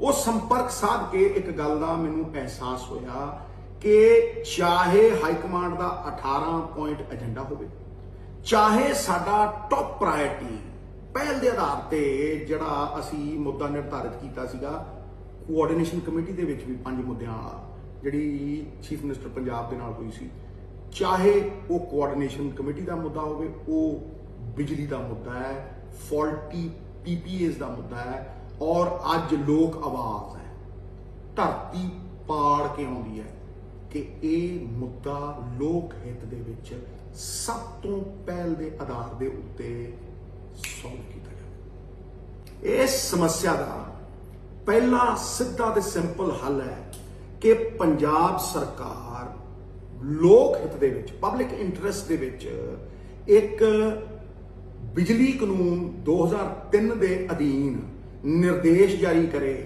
ਜਿਹੜਾ ਪੰਜਾਬ ਰਾਜ ਰੈਗੂਲੇਟਰੀ ਕਮਿਸ਼ਨ ਹੈ ਬਿਜਲੀ ਦਾ, ਕਿ ਭਾਈ ਤੁਸੀਂ ਆਪਣਾ ਇੱਕ ਟੈਰਿਫ ਆਰਡਰ ਇਸ਼ੂ ਕਰੋ ਜਿਹਦੇ ਅਧੀਨ ਫੇਅਰ ਔਰ ਜਸਟ ਪ੍ਰਾਈਸਿਸ ਦੇ ਉੱਤੇ ਬਿਜਲੀ ਖਰੀਦੀ ਜਾਵੇ, ਔਰ ਜਿਹੜੇ ਇਹ ਐਗਜ਼ੋਰਬਿਟੈਂਟ ਪ੍ਰਾਈਸਿਸ ਦੇ ਉੱਤੇ ਪੀਪੀਏ ਸਾਈਨ ਕੀਤੇ ਉਹ ਨਲ ਐਂਡ ਵੋਇਡ ਕਰਾਰ ਦਿੱਤੇ ਜਾਣ। ਇਹਦਾ ਸਿੱਧਾ ਸਿੱਧਾ ਫਾਇਦਾ ਕੀ ਹੈ ਪਿਆਰੇ ਪੰਜਾਬੀਓ, ਕਿ 50,000 ਕਰੋੜ ਦਾ ਫਾਇਦਾ ਸਿੱਧਾ ਇਸ ਸਟੇਟ ਨੂੰ ਆਊਗਾ। ਉਹ ਚੋਰ ਮੋਰੀ ਇਮੀਡੀਏਟਲੀ ਰੁਕ ਜਾਊਗੀ ਔਰ ਪੰਜਾਬ ਦੇ ਹਰੇਕ ਬਸ਼ਿੰਦੇ ਨੂੰ 1.5 ਤੋਂ 2 ਰੁਪਏ ਪਰ ਯੂਨਿਟ ਘੱਟ ਪੈਸੇ ਦੇਣੇ ਪੈਣਗੇ ਔਰ ਹਰ ਪਾਸੇ ਪੌਵਰ ਹੋਊਗਾ। ਐਤਵਾਰ ਨੂੰ ਕੈਪਟਨ ਅਮਰਿੰਦਰ ਸਿੰਘ ਦੀ ਚੰਡੀਗੜ੍ਹ ਵਾਲੀ ਰਿਹਾਇਸ਼ ਦੇ ਬਾਹਰ ਜਿਹੜਾ ਅਧਿਆਪਕਾਂ ਨੇ ਪ੍ਰਦਰਸ਼ਨ ਕੀਤਾ ਸੀ, ਈਟੀ ਟੈਟ ਪਾਸ ਅਧਿਆਪਕਾਂ ਨੇ, ਉਹਨਾਂ ਦੀ ਮੀਟਿੰਗ ਹੈ ਜਿਹੜੀ 31 ਅਗਸਤ ਨੂੰ ਮੁੱਖ ਮੰਤਰੀ ਦੇ ਓਐਸਡੀ ਅੰਕਿਤ ਬਾਂਸਲ ਦੇ ਨਾਲ ਹੋਵੇਗੀ। ਐਤਵਾਰ ਨੂੰ ਇਹਨਾਂ ਨੇ ਕੈਪਟਨ ਦੀ ਰਿਹਾਇਸ਼ ਦੇ ਬਾਹਰ ਪ੍ਰਦਰਸ਼ਨ ਕੀਤਾ ਸੀ ਤੇ ਜਿਹੜੀ ਚੰਡੀਗੜ੍ਹ ਪੁਲਿਸ ਹੈ ਉਹਨਾਂ ਨੇ ਇਹਨਾਂ ਅਧਿਆਪਕਾਂ ਨੂੰ ਰੋਕਿਆ ਵੀ। ਅਧਿਆਪਕਾਂ ਨੇ ਜਦੋਂ ਸੁਣੀ ਨਾ ਤਾਂ ਪੁਲਿਸ ਨੇ ਪ੍ਰਦਰਸ਼ਨ ਕਰ ਰਹੇ ਅਧਿਆਪਕਾਂ ਨੂੰ ਜ਼ਬਰਦਸਤੀ ਹਿਰਾਸਤ ਵਿੱਚ ਵੀ ਲੈ ਲਿਆ ਸੀ। ਕਰੀਬ 3 ਵਜੇ ਚੰਡੀਗੜ੍ਹ ਪੁਲਿਸ ਸਾਰੇ ਅਧਿਆਪਕਾਂ ਨੂੰ ਰੈਲੀ ਗਰਾਊਂਡ ਸੈਕਟਰ 25 ਚੰਡੀਗੜ੍ਹ ਵਿੱਚ ਲਿਜਾ ਕੇ ਛੱਡ ਆਈ ਸੀ। ਉਸ ਤੋਂ ਬਾਅਦ ਮੁੱਖ ਮੰਤਰੀ ਨਿਵਾਸ ਤੋਂ ਫੋਨ ਆਇਆ ਸੀ ਤੇ ਮੀਟਿੰਗ ਫਿਕਸ ਕੀਤੀ ਗਈ। ਹੁਣ ਦੇਖਣਾ ਹੋਏਗਾ ਕਿ ਮੰਗਲਵਾਰ ਦੀ ਮੀਟਿੰਗ ਵਿੱਚ ਹੁੰਦਾ ਕੀ ਹੈ। ਤੇ ਐਤਵਾਰ ਤੋਂ ਬਾਅਦ ਸੋਮਵਾਰ ਨੂੰ ਵੀ ਪੰਜਾਬ ਦੇ ਮੈਰੀਟੋਰੀਅਸ ਅਧਿਆਪਕਾਂ ਨੇ ਮੁੱਖ ਮੰਤਰੀ ਦੀ ਚੰਡੀਗੜ੍ਹ ਰਿਹਾਇਸ਼ ਦੇ ਨੇੜੇ ਜ਼ੋਰਦਾਰ ਪ੍ਰਦਰਸ਼ਨ ਕੀਤਾ ਤੇ ਸਰਕਾਰ ਤੋਂ ਰੈਗੂਲਰ ਕਰਨ ਦੀ ਮੰਗ ਕੀਤੀ। ਇਹਨਾਂ ਅਧਿਆਪਕਾਂ ਦਾ ਕਹਿਣਾ ਹੈ ਕਿ ਉਹਨਾਂ ਨੂੰ ਰਮਸਾ ਅਧਿਆਪਕਾਂ ਦੇ ਨਾਲ ਘੱਟ ਤਨਖਾਹ ਦੇ ਉੱਪਰ ਪੱਕਾ ਕਰਨ ਦਾ ਐਲਾਨ ਸਰਕਾਰ ਨੇ ਕੀਤਾ ਸੀ, ਜਿਸ ਤੋਂ ਬਾਅਦ ਵੀ ਪੱਕਾ ਨਹੀਂ ਕੀਤਾ ਗਿਆ।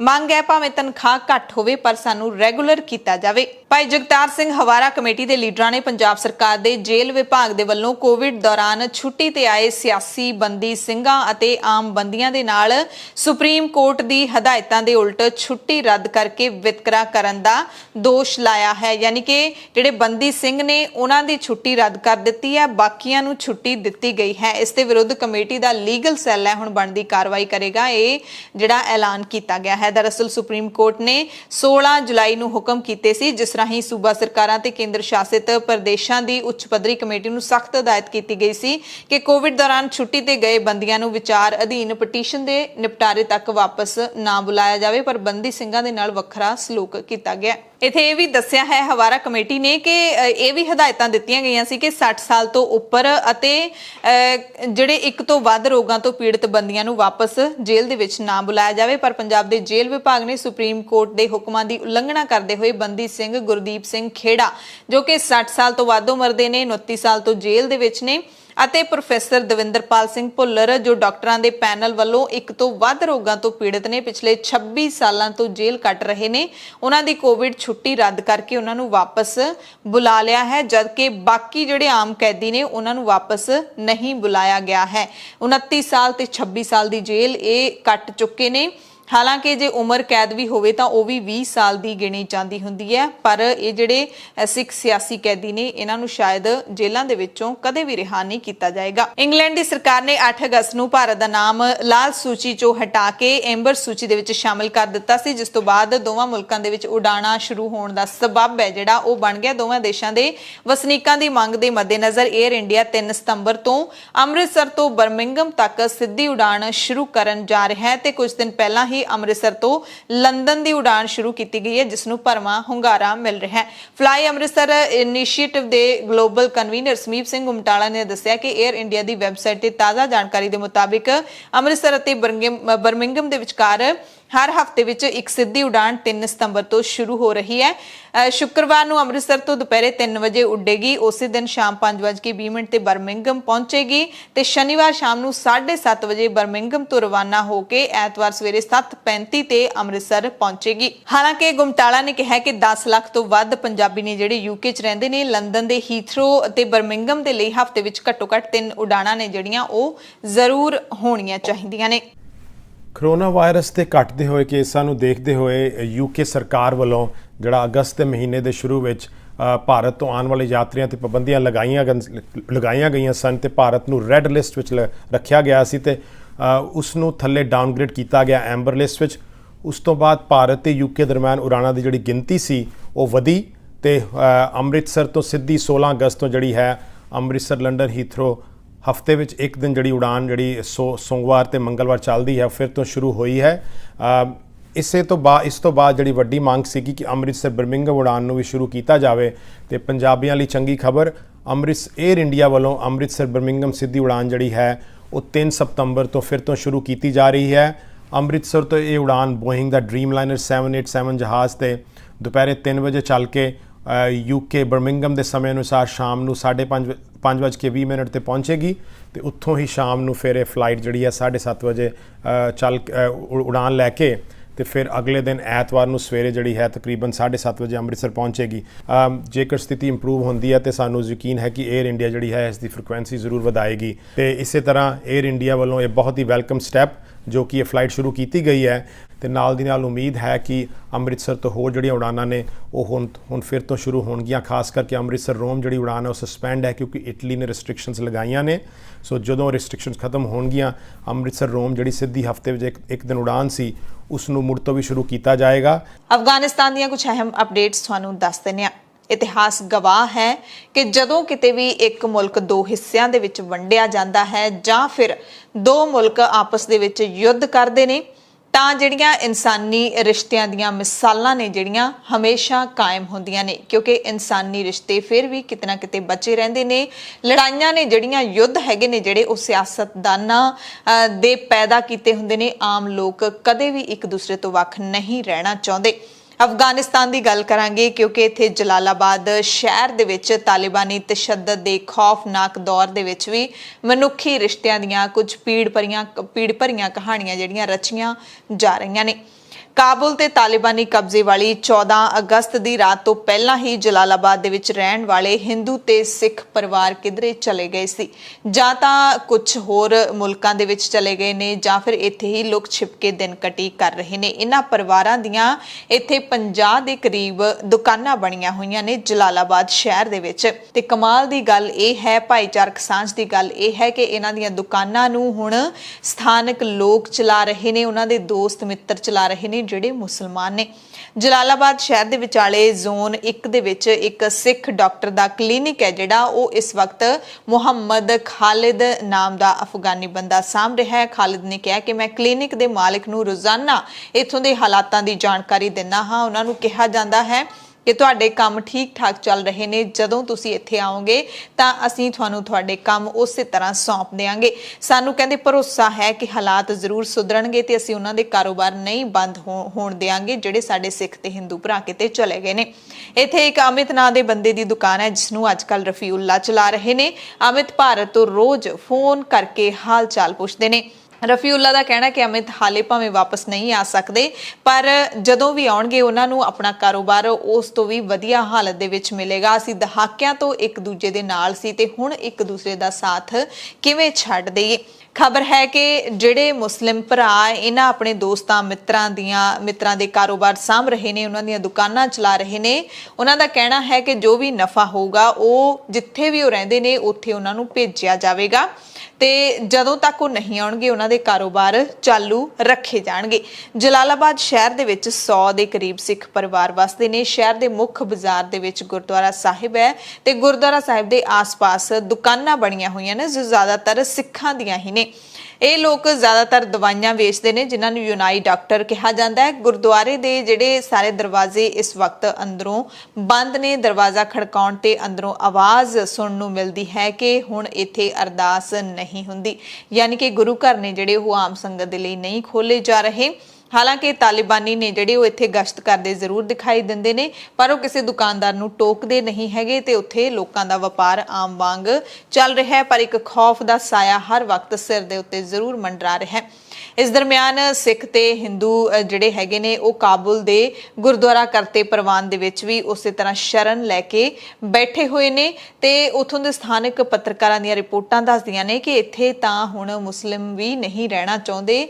ਜ਼ਿਆਦਾਤਰ ਅਫਗਾਨਿਸਤਾਨ ਦੇ ਵਿੱਚ ਮੁਸਲਮਾਨਾਂ ਦਾ ਹੀ ਰਾਜ ਹੈ, ਤਾਲਿਬਾਨਾਂ ਦਾ ਰਾਜ ਹੈ ਪਰ ਉੱਥੇ ਜ਼ਿਆਦਾਤਰ ਮੁਸਲਿਮ ਵੀ ਨਹੀਂ ਰੁਕਣਾ ਚਾਹੁੰਦੇ ਤਾਂ ਫਿਰ ਘੱਟ ਗਿਣਤੀਆਂ ਆਖਿਰਕਾਰ ਉੱਥੇ ਕਿਵੇਂ ਰੁਕ ਜਾਣ। ਹਾਲਾਂਕਿ ਤਾਲਿਬਾਨ ਦੇ ਵੱਲੋਂ ਘੱਟ ਗਿਣਤੀਆਂ ਦੀ ਸੁਰੱਖਿਆ ਦਾ ਭਰੋਸਾ ਦਿੱਤਾ ਜਾ ਰਿਹਾ ਹੈ ਪਰ ਲੋਕ ਉਹਨਾਂ ਦੀਆਂ ਗੱਲਾਂ ਤੇ ਯਕੀਨ ਨਹੀਂ ਕਰਦੇ। ਇੱਕ ਪੱਤਰਕਾਰ ਦਾ ਕਹਿਣਾ ਕਿ ਜੇ ਕੋਈ ਹੁਣ ਇੱਥੇ ਹਿੰਦੂ ਹੈ ਜਿਹੜਾ ਉਹ ਰਹਿ ਵੀ ਰਿਹਾ ਹੋਵੇਗਾ ਤਾਂ ਉਹ ਅਫਗਾਨੀ ਮੁਸਲਮਾਨ ਦੇ ਵਾਂਗੂ ਆਪਣਾ ਭੇਸ ਬਣਾ ਕੇ ਰਹਿ ਰਿਹਾ ਹੋਵੇਗਾ। ਤਾਜ਼ਾ ਖਬਰ ਤੁਹਾਨੂੰ ਦੱਸ ਦਿੰਦੇ ਹਾਂ। ਕਾਬੁਲ ਅੰਤਰਰਾਸ਼ਟਰੀ ਹਵਾਈ ਅੱਡੇ ਨੂੰ ਨਿਸ਼ਾਨਾ ਬਣਾ ਕੇ ਮੁੜ ਰਾਕੇਟ ਅੱਜ ਦਾਗੇ ਗਏ ਨੇ। ਜਿਹਾ ਕਿਹਾ ਜਾ ਰਿਹਾ ਕਿ ਇਹਨਾਂ ਨੂੰ ਅਮਰੀਕੀ ਐਂਟੀ ਮਿਸਾਈਲ ਸਿਸਟਮ ਨੇ ਨਾਕਾਮ ਕਰ ਦਿੱਤਾ ਹੈ। ਹਾਲਾਂਕਿ ਕਿਸੇ ਵੀ ਤਰ੍ਹਾਂ ਦੇ ਜਾਨੀ ਜਾਂ ਮਾਲੀ ਨੁਕਸਾਨ ਦੀ ਕੋਈ ਖਬਰ खबर नहीं है, राहत है, पर इस हमले पिछे किसदा हथ है इस बारे भी कोई फौरी जानकारी नहीं मिल सकी है। काबुल ਦੇ ਸਲੀਮ ਕਾਰਵਾਂ ਗੁਆਂਢ ਮੱਥੇ ਵਿੱਚ ਰਾਕਟਾਂ ਦੇ ਨਾਲ ਹਮਲੇ ਕੀਤੇ ਗਏ ਨੇ। ਚਸ਼ਮਦੀਦਾਂ ਦੇ ਮੁਤਾਬਿਕ ਧਮਾਕਿਆਂ ਤੋਂ ਫੌਰੀ ਬਾਅਦ ਗੋਲੀਆਂ ਚੱਲਣ ਦੀਆਂ ਆਵਾਜ਼ਾਂ ਵੀ ਸੁਣੀਆਂ ਗਈਆਂ। ਇੱਕ ਚਸ਼ਮਦੀਦ ਨੇ ਆਪਣੀ ਪਛਾਣ ਨਸ਼ਰ ਨਾ ਕੀਤੇ ਜਾਣ ਦੀ ਸ਼ਰਤ ਤੇ ਦੱਸਿਆ ਕਿ ਉਹਨਾਂ ਨੇ 3 ਧਮਾਕਿਆਂ ਦੀ ਆਵਾਜ਼ ਸੁਣੀ। ਧਮਾਕਿਆਂ ਤੋਂ ਬਾਅਦ ਲੋਕ ਉੱਥੋਂ ਭੱਜ ਗਏ। ਰਾਕਟ ਹਮਲੇ ਦਰਮਿਆਨ ਹੀ ਹਵਾਈ ਅੱਡੇ ਤੇ ਅਮਰੀਕੀ ਫੌਜਾਂ ਦੇ ਵੱਲੋਂ ਆਪਣੇ ਕਾਰਗੋ ਜਹਾਜ਼ਾਂ ਰਾਹੀਂ ਆਪਣੇ ਸਲਾਮਤੀ ਦਸਤਿਆਂ ਨੂੰ ਉੱਥੋਂ ਕੱਢਣ ਦਾ ਕੰਮ ਹੈ ਜਿਹੜਾ ਬੇਰੋਕ ਜਾਰੀ ਹੈ, ਕਿਉਂਕਿ ਸਿਰਫ ਇੱਕ ਦਿਨ ਬਾਕੀ ਅੱਜ 30 ਅਗਸਤ ਹੈ। ਕੱਲ ਨੂੰ 31 ਅਗਸਤ ਹੈ। ਕੱਲ ਆਖਰੀ ਦਿਨ ਹੋਏਗਾ ਅਮਰੀਕੀ ਫੌਜ ਦਾ ਜਾਂ ਕਿਸੇ ਵੀ ਹੋਰ ਮੁਲਕ ਦੀ ਫੌਜ ਦਾ ਅਫਗਾਨਿਸਤਾਨ ਦੇ ਵਿੱਚ। ਇਸ ਦੌਰਾਨ ਵਾਸ਼ਿੰਗਟਨ ਦੇ ਵਿੱਚ ਵਾਈਟ ਹਾਊਸ ਤੋਂ ਜਾਰੀ ਬਿਆਨ ਦੇ ਵਿੱਚ ਕਿਹਾ ਗਿਆ ਕਿ ਹਾਮਿਦ ਕਰਜ਼ਈ ਕੌਮਾਂਤਰੀ ਹਵਾਈ ਅੱਡੇ ਦੇ ਬਾਹਰ ਹੋਏ ਰਾਕਟ ਹਮਲਿਆਂ ਦੇ ਬਾਰੇ ਅਮਰੀਕੀ ਸਦਰ ਜੋ ਬਾਈਡਨ ਨੂੰ ਦੱਸ ਦਿੱਤਾ ਗਿਆ ਹੈ। ਕਾਬੁਲ ਦੇ ਵਿੱਚ ਕਥਿਤ ਤੌਰ ਤੇ IS ਦੇ ਆਤਮਘਾਤੀ ਹਮਲਾਵਰ ਤੇ ਅਮਰੀਕਾ ਦੇ ਡਰੋਨ ਹਮਲੇ ਤੇ ਤਾਲਿਬਾਨ ਨੇ ਟਿੱਪਣੀ ਕੀਤੀ ਹੈ। ਤਾਲਿਬਾਨ ਨੇ ਕਿਹਾ ਕਿ ਕਿਸੇ ਦੂਸਰੇ ਮੁਲਕ ਦੇ ਵਿੱਚ ਬਿਨਾਂ ਦੱਸੇ ਹਮਲਾ ਕਰਨਾ ਗੈਰ ਕਾਨੂੰਨੀ ਹੈ। ਅਮਰੀਕਾ ਦੀ ਕਾਰਵਾਈ ਤੇ ਤਾਲਿਬਾਨ ਦੇ ਬੁਲਾਰੇ ਜ਼ਬੀਹੁੱਲਾ ਮੁਜਾਹਿਦ ਨੇ ਇਹ ਬਿਆਨ ਦਿੱਤਾ ਹੈ। ਤੁਹਾਨੂੰ ਯਾਦ ਹੋਏਗਾ ਜਦੋਂ ਕਾਬੁਲ ਦੇ ਹਵਾਈ ਅੱਡੇ ਤੇ ਪਿਛਲੇ ਦਿਨੀ ਬੰਬ ਧਮਾਕੇ ਹੋਏ, ਇਸ ਤੋਂ ਦੂਸਰੇ ਦਿਨ ਹੀ ਅਮਰੀਕਾ ਨੇ ਆਤਮਘਾਤੀ ਹਮਲਾਵਰ ਨੂੰ ਬੰਬ ਦੇ ਨਾਲ ਉਡਾ ਦਿੱਤਾ ਸੀ। ਉਸ ਤੇ ਤਾਲਿਬਾਨ ਨੇ ਟਿੱਪਣੀ ਕੀਤੀ ਹੈ। ਸਰਕਾਰੀ ਟੀਵੀ ਚੈਨਲ CGTN ਦੇ ਨਾਲ ਗੱਲਬਾਤ ਕਰਦੇ ਹੋਏ ਬੁਲਾਰੇ ਨੇ ਕਿਹਾ ਕਿ ਅਮਰੀਕਾ ਨੇ ਇਹ ਹਮਲਾ ਤਾਲਿਬਾਨ ਨੂੰ ਸੂਚਿਤ ਕੀਤੇ ਬਿਨਾਂ ਹੀ ਕੀਤਾ ਹੈ ਤੇ ਅਮਰੀਕਾ ਦੇ ਵੱਲੋਂ ਇਸ ਤਰ੍ਹਾਂ ਕਿਸੇ ਦੂਸਰੇ ਮੁਲਕ ਦੇ ਵਿੱਚ ਵੜ ਕੇ ਹਮਲਾ ਕਰਨਾ ਗੈਰ ਕਾਨੂੰਨੀ ਹੈ। ਉਧਰ ਚੀਨ ਦੇ ਬਿਆਨਾਂ ਨੂੰ ਦੇਖ ਕੇ ਲੱਗਦਾ ਹੈ ਕਿ ਉਹ ਤਾਲਿਬਾਨ ਦੇ ਜ਼ਿਆਦਾ ਹੀ ਫੈਨ ਹੋ ਗਏ ਨੇ। ਚੀਨ ਨੇ ਕਿਹਾ ਕਿ ਅਮਰੀਕਾ ਸਮੇਤ ਪੂਰੀ ਦੁਨੀਆ ਨੂੰ ਤਾਲਿਬਾਨ ਦੀ ਮਦਦ ਕਰਨੀ ਚਾਹੀਦੀ ਹੈ। ਚੀਨ ਦੇ ਵਿਦੇਸ਼ ਮੰਤਰੀ ਵਾਂਗ ਜੀ ਨੇ ਅਮਰੀਕੀ ਵਿਦੇਸ਼ ਮੰਤਰੀ ਐਂਟਨੀ ਬਲਿੰਕਨ ਨੂੰ ਕਿਹਾ ਕਿ ਅਫਗਾਨਿਸਤਾਨ ਦੇ ਵਿੱਚ ਜਿਹੜੇ ਤਾਜ਼ਾ ਹਾਲਾਤ ਨੇ ਉਹਨਾਂ ਨੂੰ ਦੇਖਦੇ ਹੋਏ ਜ਼ਰੂਰੀ ਹੋ ਗਿਆ ਕਿ ਦੁਨੀਆ ਦੇ ਸਾਰੇ ਮੁਲਕ ਤਾਲਿਬਾਨ ਦੇ ਨਾਲ ਸੰਪਰਕ ਸਥਾਪਿਤ ਕਰਨ। ਵਾਂਗ ਜੀ ਨੇ ਤਾਲਿਬਾਨ ਦੀ ਅਗਵਾਈ ਵਾਲੀ ਅਫਗਾਨੀ ਸਰਕਾਰ ਦੀ ਮਦਦ ਕਰਨ ਦਾ ਮੁੱਦਾ ਵੀ ਚੁੱਕਿਆ। ਉਹਨਾਂ ਕਿਹਾ ਕਿ ਅਮਰੀਕਾ ਨੂੰ ਕੌਮਾਂਤਰੀ ਭਾਈਚਾਰੇ ਦੇ ਨਾਲ ਮਿਲ ਕੇ ਕੰਮ ਕਰਨ ਦੀ ਲੋੜ ਹੈ ਤਾਂ ਕਿ ਅਫਗਾਨਿਸਤਾਨ ਨੂੰ ਬਹੁਤ ਜ਼ਰੂਰੀ ਆਰਥਿਕ, ਮਨੁੱਖੀ ਤੇ ਰੋਜ਼ੀ ਰੋਟੀ ਦੇ ਨਾਲ ਜੁੜਿਆ ਸਹਿਯੋਗ ਦਿੱਤਾ ਜਾ ਸਕੇ। BBC ਦੇ ਤਾਲਿਬਾਨੀ ਸੂਤਰਾਂ ਦੇ ਮੁਤਾਬਿਕ ਤਾਲਿਬਾਨ ਦੇ ਸਭ ਤੋਂ ਸੀਨੀਅਰ ਲੀਡਰ ਮੁੱਲਾ ਹਿਬਤੁੱਲਾ ਅਖੁੰਦਜ਼ਾਦਾ ਕੰਧਾਰ ਦੇ ਵਿੱਚ ਨੇ ਤੇ ਬਹੁਤ ਜਲਦੀ ਲੋਕਾਂ ਦੇ ਸਾਹਮਣੇ ਆਉਣਗੇ। ਮੁੱਲਾ ਹਿਬਤੁੱਲਾ ਕੰਧਾਰ ਦੇ ਹੀ ਇੱਕ ਧਾਰਮਿਕ ਵਿਦਵਾਨ ਨੇ ਜੋ 2016 ਦੇ ਵਿੱਚ ਅਫਗਾਨੀ ਤਾਲਿਬਾਨ ਦੇ ਮੁਖੀ ਬਣੇ ਸੀ। ਮੰਨਿਆ ਜਾਂਦਾ ਹੈ ਕਿ ਉਹਨਾਂ ਨੇ ਹੀ ਤਾਲਿਬਾਨ ਦੀ ਦਿਸ਼ਾ ਬਦਲੀ ਅਤੇ ਉਸ ਨੂੰ ਮੌਜੂਦਾ ਹਾਲਾਤਾਂ ਦੇ ਵਿੱਚ ਪਹੁੰਚਾਇਆ। 80 ਦੇ ਦਹਾਕੇ ਵਿੱਚ ਅਫਗਾਨਿਸਤਾਨ ਤੇ ਰੂਸੀ ਫੌਜ ਦਾ ਵਿਰੋਧ ਕਰਨ ਵਾਲੇ ਇਸਲਾਮੀ ਲੀਡਰਾਂ ਦੇ ਵਿੱਚ ਅਖੁੰਦਜ਼ਾਦਾ ਸ਼ਾਮਿਲ ਸਨ, ਪਰ ਉਹਨਾਂ ਦੀ ਛਵੀ ਇੱਕ ਫੌਜੀ ਕਮਾਂਡਰ ਤੋਂ ਵੱਧ ਇੱਕ ਧਾਰਮਿਕ ਲੀਡਰ ਦੀ ਰਹੀ ਹੈ। 15 ਅਗਸਤ ਨੂੰ ਤਾਲਿਬਾਨ ਦੇ ਕਬਜ਼ੇ ਤੋਂ ਬਾਅਦ ਮੁੱਲਾ ਬਰਾਦਰ ਸਮੇਤ ਕਈ ਤਾਲਿਬਾਨੀ ਲੀਡਰ ਅਫਗਾਨਿਸਤਾਨ ਪਰਤ ਚੁੱਕੇ ਨੇ। ਇਸੇ ਦਰਮਿਆਨ ਤਾਲਿਬਾਨ ਬੁਲਾਰੇ ਜ਼ਬੀਹੁੱਲਾ ਮੁਜਾਹਿਦ ਨੇ ਕਿਹਾ ਕਿ ਅਫਗਾਨਿਸਤਾਨ ਵਿੱਚ ਨਵੀਂ ਸਰਕਾਰ ਦੇ ਗਠਨ ਨੂੰ ਲੈ ਕੇ ਗੱਲਬਾਤ ਚੱਲ ਰਹੀ ਹੈ ਤੇ ਇਸ ਬਾਰੇ ਜਲਦੀ ਹੀ ਐਲਾਨ ਹੋਵੇਗਾ। ਭਾਰਤ ਦੇ ਰੱਖਿਆ ਮੰਤਰੀ ਰਾਜਨਾਥ ਸਿੰਘ ਨੇ ਕਿਹਾ ਕਿ ਅਫਗਾਨਿਸਤਾਨ ਦੇ ਮੌਜੂਦਾ ਹਾਲਾਤਾਂ ਨੇ ਨਵੇਂ ਸੁਰੱਖਿਆ ਸਵਾਲ ਖੜੇ ਕਰ ਦਿੱਤੇ ਨੇ।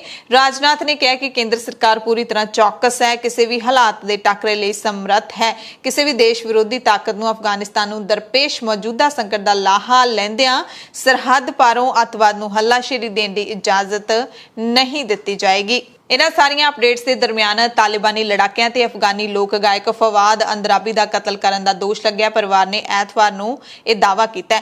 ਲੋਕ ਗਾਇਕ ਦੇ ਕਤਲ ਨਾਲ ਇਹ ਖਦਸ਼ੇ ਮੁੜ ਤੋਂ ਜਗ ਜ਼ਾਹਿਰ ਹੋ ਗਏ ਨੇ ਕਿ ਤਾਲਿਬਾਨ ਮੁਲਕ ਦੇ ਵਿੱਚ ਆਪਣਾ ਜ਼ੋਰ ਜ਼ਬਰਦਸਤੀ ਵਾਲਾ ਰਾਜ ਚਲਾ ਸਕਦਾ ਹੈ। ਲੋਕ ਗਾਇਕ ਨੂੰ ਸ਼ੁੱਕਰਵਾਰ ਨੂੰ ਅੰਦਰਾਬੀ ਵਾਦੀ ਦੇ ਵਿੱਚ ਗੋਲੀਆਂ ਮਾਰੀਆਂ ਗਈਆਂ। ਇਹ ਇਲਾਕਾ ਕਾਬੁਲ ਦੇ ਉੱਤਰ 'ਚ 100 ਕਿਲੋਮੀਟਰ ਦੂਰ ਬਾਗਲਾਨ ਸੂਬੇ ਦੇ ਵਿੱਚ ਪੈਂਦਾ ਹੈ। ਅੰਦਰਾਬੀ ਦੇ ਪੁੱਤਰ ਅੰਦਰਾਬੀ ਨੇ ਦੱਸਿਆ ਕਿ ਇੱਕ ਤਾਲਿਬਾਨ ਪਹਿਲਾਂ ਉਹਨਾਂ ਦੇ ਘਰ ਆਇਆ ਸੀ, ਚਾਹ ਪੀ ਕੇ ਗਿਆ, ਪਰ ਬਾਅਦ ਚ ਪਤਾ ਨਹੀਂ ਕੀ ਹੋਇਆ ਕਿ ਉਸਨੇ ਸ਼ੁੱਕਰਵਾਰ ਨੂੰ ਮੇਰੇ ਪਿਓ ਦਾ ਕਤਲ ਕਰ ਦਿੱਤਾ। ਅੰਦਰਾਬੀ ਦੇ ਪੁੱਤ ਨੇ ਦੱਸਿਆ, ਮੇਰੇ ਪਿਤਾ ਬੇਕਸੂਰ ਨੇ, ਉਹ ਸਿਰਫ ਲੋਕਾਂ ਦਾ ਮਨੋਰੰਜਨ ਕਰਨ ਲਈ ਗਾਉਂਦੇ ਸੀ। ਤਾਲਿਬਾਨ ਨੇ ਉਹਨਾਂ ਦੇ ਸਿਰ 'ਚ ਗੋਲੀ ਮਾਰੀ। ਜਵਾਦ ਨੇ ਇਨਸਾਫ ਦੀ ਮੰਗ ਕਰਦਿਆਂ ਦੱਸਿਆ ਕਿ ਸਥਾਨਕ ਤਾਲਿਬਾਨ ਪਰਿਸ਼ਦ ਨੇ ਮੇਰੇ ਪਿਤਾ ਦੇ ਕਾਤਲ ਨੂੰ ਸਜ਼ਾ ਦੇਣ ਦਾ ਵਾਅਦਾ ਕੀਤਾ ਹੈ। ਤਾਲਿਬਾਨੀ ਬੁਲਾਰੇ ਜ਼ਬੀਹੁੱਲਾ ਮੁਜਾਹਿਦ ਨੇ ਵੀ ਦੱਸਿਆ ਕਿ ਇਸ ਘਟਨਾ ਦੀ ਜਾਂਚ ਕੀਤੀ ਜਾਵੇਗੀ ਜਾਵੇਗੀ, ਪਰ ਸਾਡੇ ਕੋਲ ਕਤਲ ਦੇ ਬਾਰੇ ਕੋਈ ਜਾਣਕਾਰੀ ਨਹੀਂ ਹੈ। ਇਸ ਦੌਰਾਨ ਸੱਭਿਆਚਾਰਕ ਅਧਿਕਾਰਾਂ ਬਾਰੇ ਸੰਯੁਕਤ ਰਾਸ਼ਟਰ ਦੀ ਵਿਸ਼ੇਸ਼ ਸਫੀਰ ਕਰੀਮਾ ਬੈਨੋਨੇ ਨੇ ਟਵਿੱਟਰ ਤੇ ਅੰਦਰਾਬੀ ਦੇ ਕਤਲ ਨੂੰ ਗੰਭੀਰ ਚਿੰਤਾ ਦਾ ਵਿਸ਼ਾ ਦੱਸਿਆ। ਉਹਨਾਂ ਨੇ ਸਰਕਾਰਾਂ ਨੂੰ ਕਿਹਾ ਕਿ ਤਾਲਿਬਾਨ ਨੂੰ ਆਖਣ ਕਲਾਕਾਰਾਂ ਦੇ ਮਨੁੱਖੀ ਹੱਕਾਂ ਦਾ ਸਨਮਾਨ ਕੀਤਾ ਜਾਵੇ। ਐਮਨੈਸਟੀ ਇੰਟਰਨੈਸ਼ਨਲ ਦੇ ਸਕੱਤਰ ਜਨਰਲ ਐਗਨੇਸ ਕੈਲਾਮਾਰਡ ਨੇ ਵੀ ਇਸ ਕਤਲ ਦੀ ਨਿਖੇਧੀ ਕਰਦਿਆਂ ਟਵਿੱਟਰ ਤੇ ਕਿਹਾ ਕਿ ਇਸ ਗੱਲ ਦੇ ਸਬੂਤ ਨੇ ਕਿ 2021 ਦਾ ਤਾਲਿਬਾਨ 2001 ਦੇ ਵਾਂਗ ਹੀ ਹਿੰਸਕ ਹੈ। ਉਹਨਾਂ ਕਿਹਾ ਕਿ 20 ਸਾਲਾਂ ਬਾਅਦ ਵੀ ਕੁਝ ਨਹੀਂ ਬਦਲਿਆ। ਅਫਗਾਨਿਸਤਾਨ ਦੀਆਂ ਅਹਿਮ ਅਪਡੇਟਸ ਤੋਂ ਬਾਅਦ ਇੱਕ ਖਬਰ ਅਮਰੀਕਾ ਤੋਂ ਦੱਸ ਦਿੰਨੇ ਹਾਂ, ਜਿੱਥੇ ਤੂਫਾਨ ਨੇ ਤਬਾਹੀ ਮਚਾ ਰੱਖੀ ਹੈ। ਅਮਰੀਕਾ ਦੇ ਲੁਈਸਿਆਨਾ ਸੂਬੇ ਦੇ ਵਿੱਚ ਚੱਕਰਵਾਤੀ ਤੂਫਾਨ ਆਈਡਾ ਨੇ ਦਸਤਕ ਦੇ ਦਿੱਤੀ ਹੈ, ਜਿਸ ਤੋਂ ਬਾਅਦ ਨਿਊ ਆਰਲੀਨਸ ਸ਼ਹਿਰ ਦੇ ਵਿੱਚ ਬਿਜਲੀ ਗੁੱਲ ਹੋ ਚੁੱਕੀ ਹੈ। ਚੱਕਰਵਾਤੀ ਤੂਫਾਨ ਜਦੋਂ ਜ਼ਮੀਨ ਦੇ ਨਾਲ ਟਕਰਾਇਆ ਤਾਂ 240 ਕਿਲੋਮੀਟਰ ਪ੍ਰਤੀ ਘੰਟੇ ਦੀ ਰਫ਼ਤਾਰ ਦੇ ਨਾਲ ਹਵਾਵਾਂ ਚੱਲ ਰਹੀਆਂ ਸੀ। ਲੋਕਾਂ ਨੂੰ ਸੁਰੱਖਿਅਤ ਥਾਵਾਂ ਤੇ ਜਾਣ ਲਈ ਕਹਿ ਦਿੱਤਾ ਗਿਆ। ਆਈਡਾ ਤੂਫਾਨ ਨੂੰ ਇੱਕ ਤਰ੍ਹਾਂ ਨਾਲ ਸ਼ਹਿਰ ਦੀ ਹੜ੍ਹਾਂ ਤੋਂ ਰੱਖਿਆ ਦੇ ਇੱਕ ਪ੍ਰਯੋਗ ਦੇ ਤੌਰ ਤੇ ਵੀ ਦੇਖਿਆ ਜਾ ਰਿਹਾ ਹੈ। ਦਰਅਸਲ 2005 ਦੇ ਵਿੱਚ ਕੈਟਰੀਨਾ ਚੱਕਰਵਾਤੀ ਤੂਫਾਨ ਤੋਂ ਬਾਅਦ 1800 ਲੋਕ ਮਾਰੇ ਗਏ ਸੀ, ਜਿਸ ਤੋਂ ਬਾਅਦ ਸ਼ਹਿਰ ਦੇ ਵਿੱਚ ਹੜ੍ਹਾਂ ਤੋਂ ਸੁਰੱਖਿਆ ਦੇ ਲਈ ਕਈ ਅਹਿਮ ਕਦਮ ਚੁੱਕੇ ਗਏ। ਲੁਈਸਿਆਨਾ ਦੇ ਵਿੱਚ 7.5 ਲੱਖ ਤੋਂ ਵੀ ਵੱਧ ਘਰਾਂ ਦੀ ਬਿਜਲੀ ਗੁੱਲ ਹੋ ਚੁੱਕੀ ਹੈ। ਰਾਸ਼ਟਰਪਤੀ ਬਾਈਡਨ ਨੇ ਕਿਹਾ ਕਿ ਬਿਜਲੀ ਦੀ ਸਪਲਾਈ ਬਹਾਲ ਕਰਨ ਦੇ ਵਿੱਚ ਹਫ਼ਤਿਆਂ ਦਾ ਸਮਾਂ ਲੱਗ ਸਕਦਾ ਹੈ। ਪੰਜਾਬ ਦੀਆਂ ਖਾਸ ਖਬਰਾਂ ਦੇ ਖਾਸ ਬੁਲੇਟਿਨ ਦੇ ਵਿੱਚ ਤੁਹਾਡੇ ਸਭ ਤੋਂ ਇਜਾਜ਼ਤ ਚਾਹੁੰਦੇ ਹਾਂ। ਧੰਨਵਾਦ।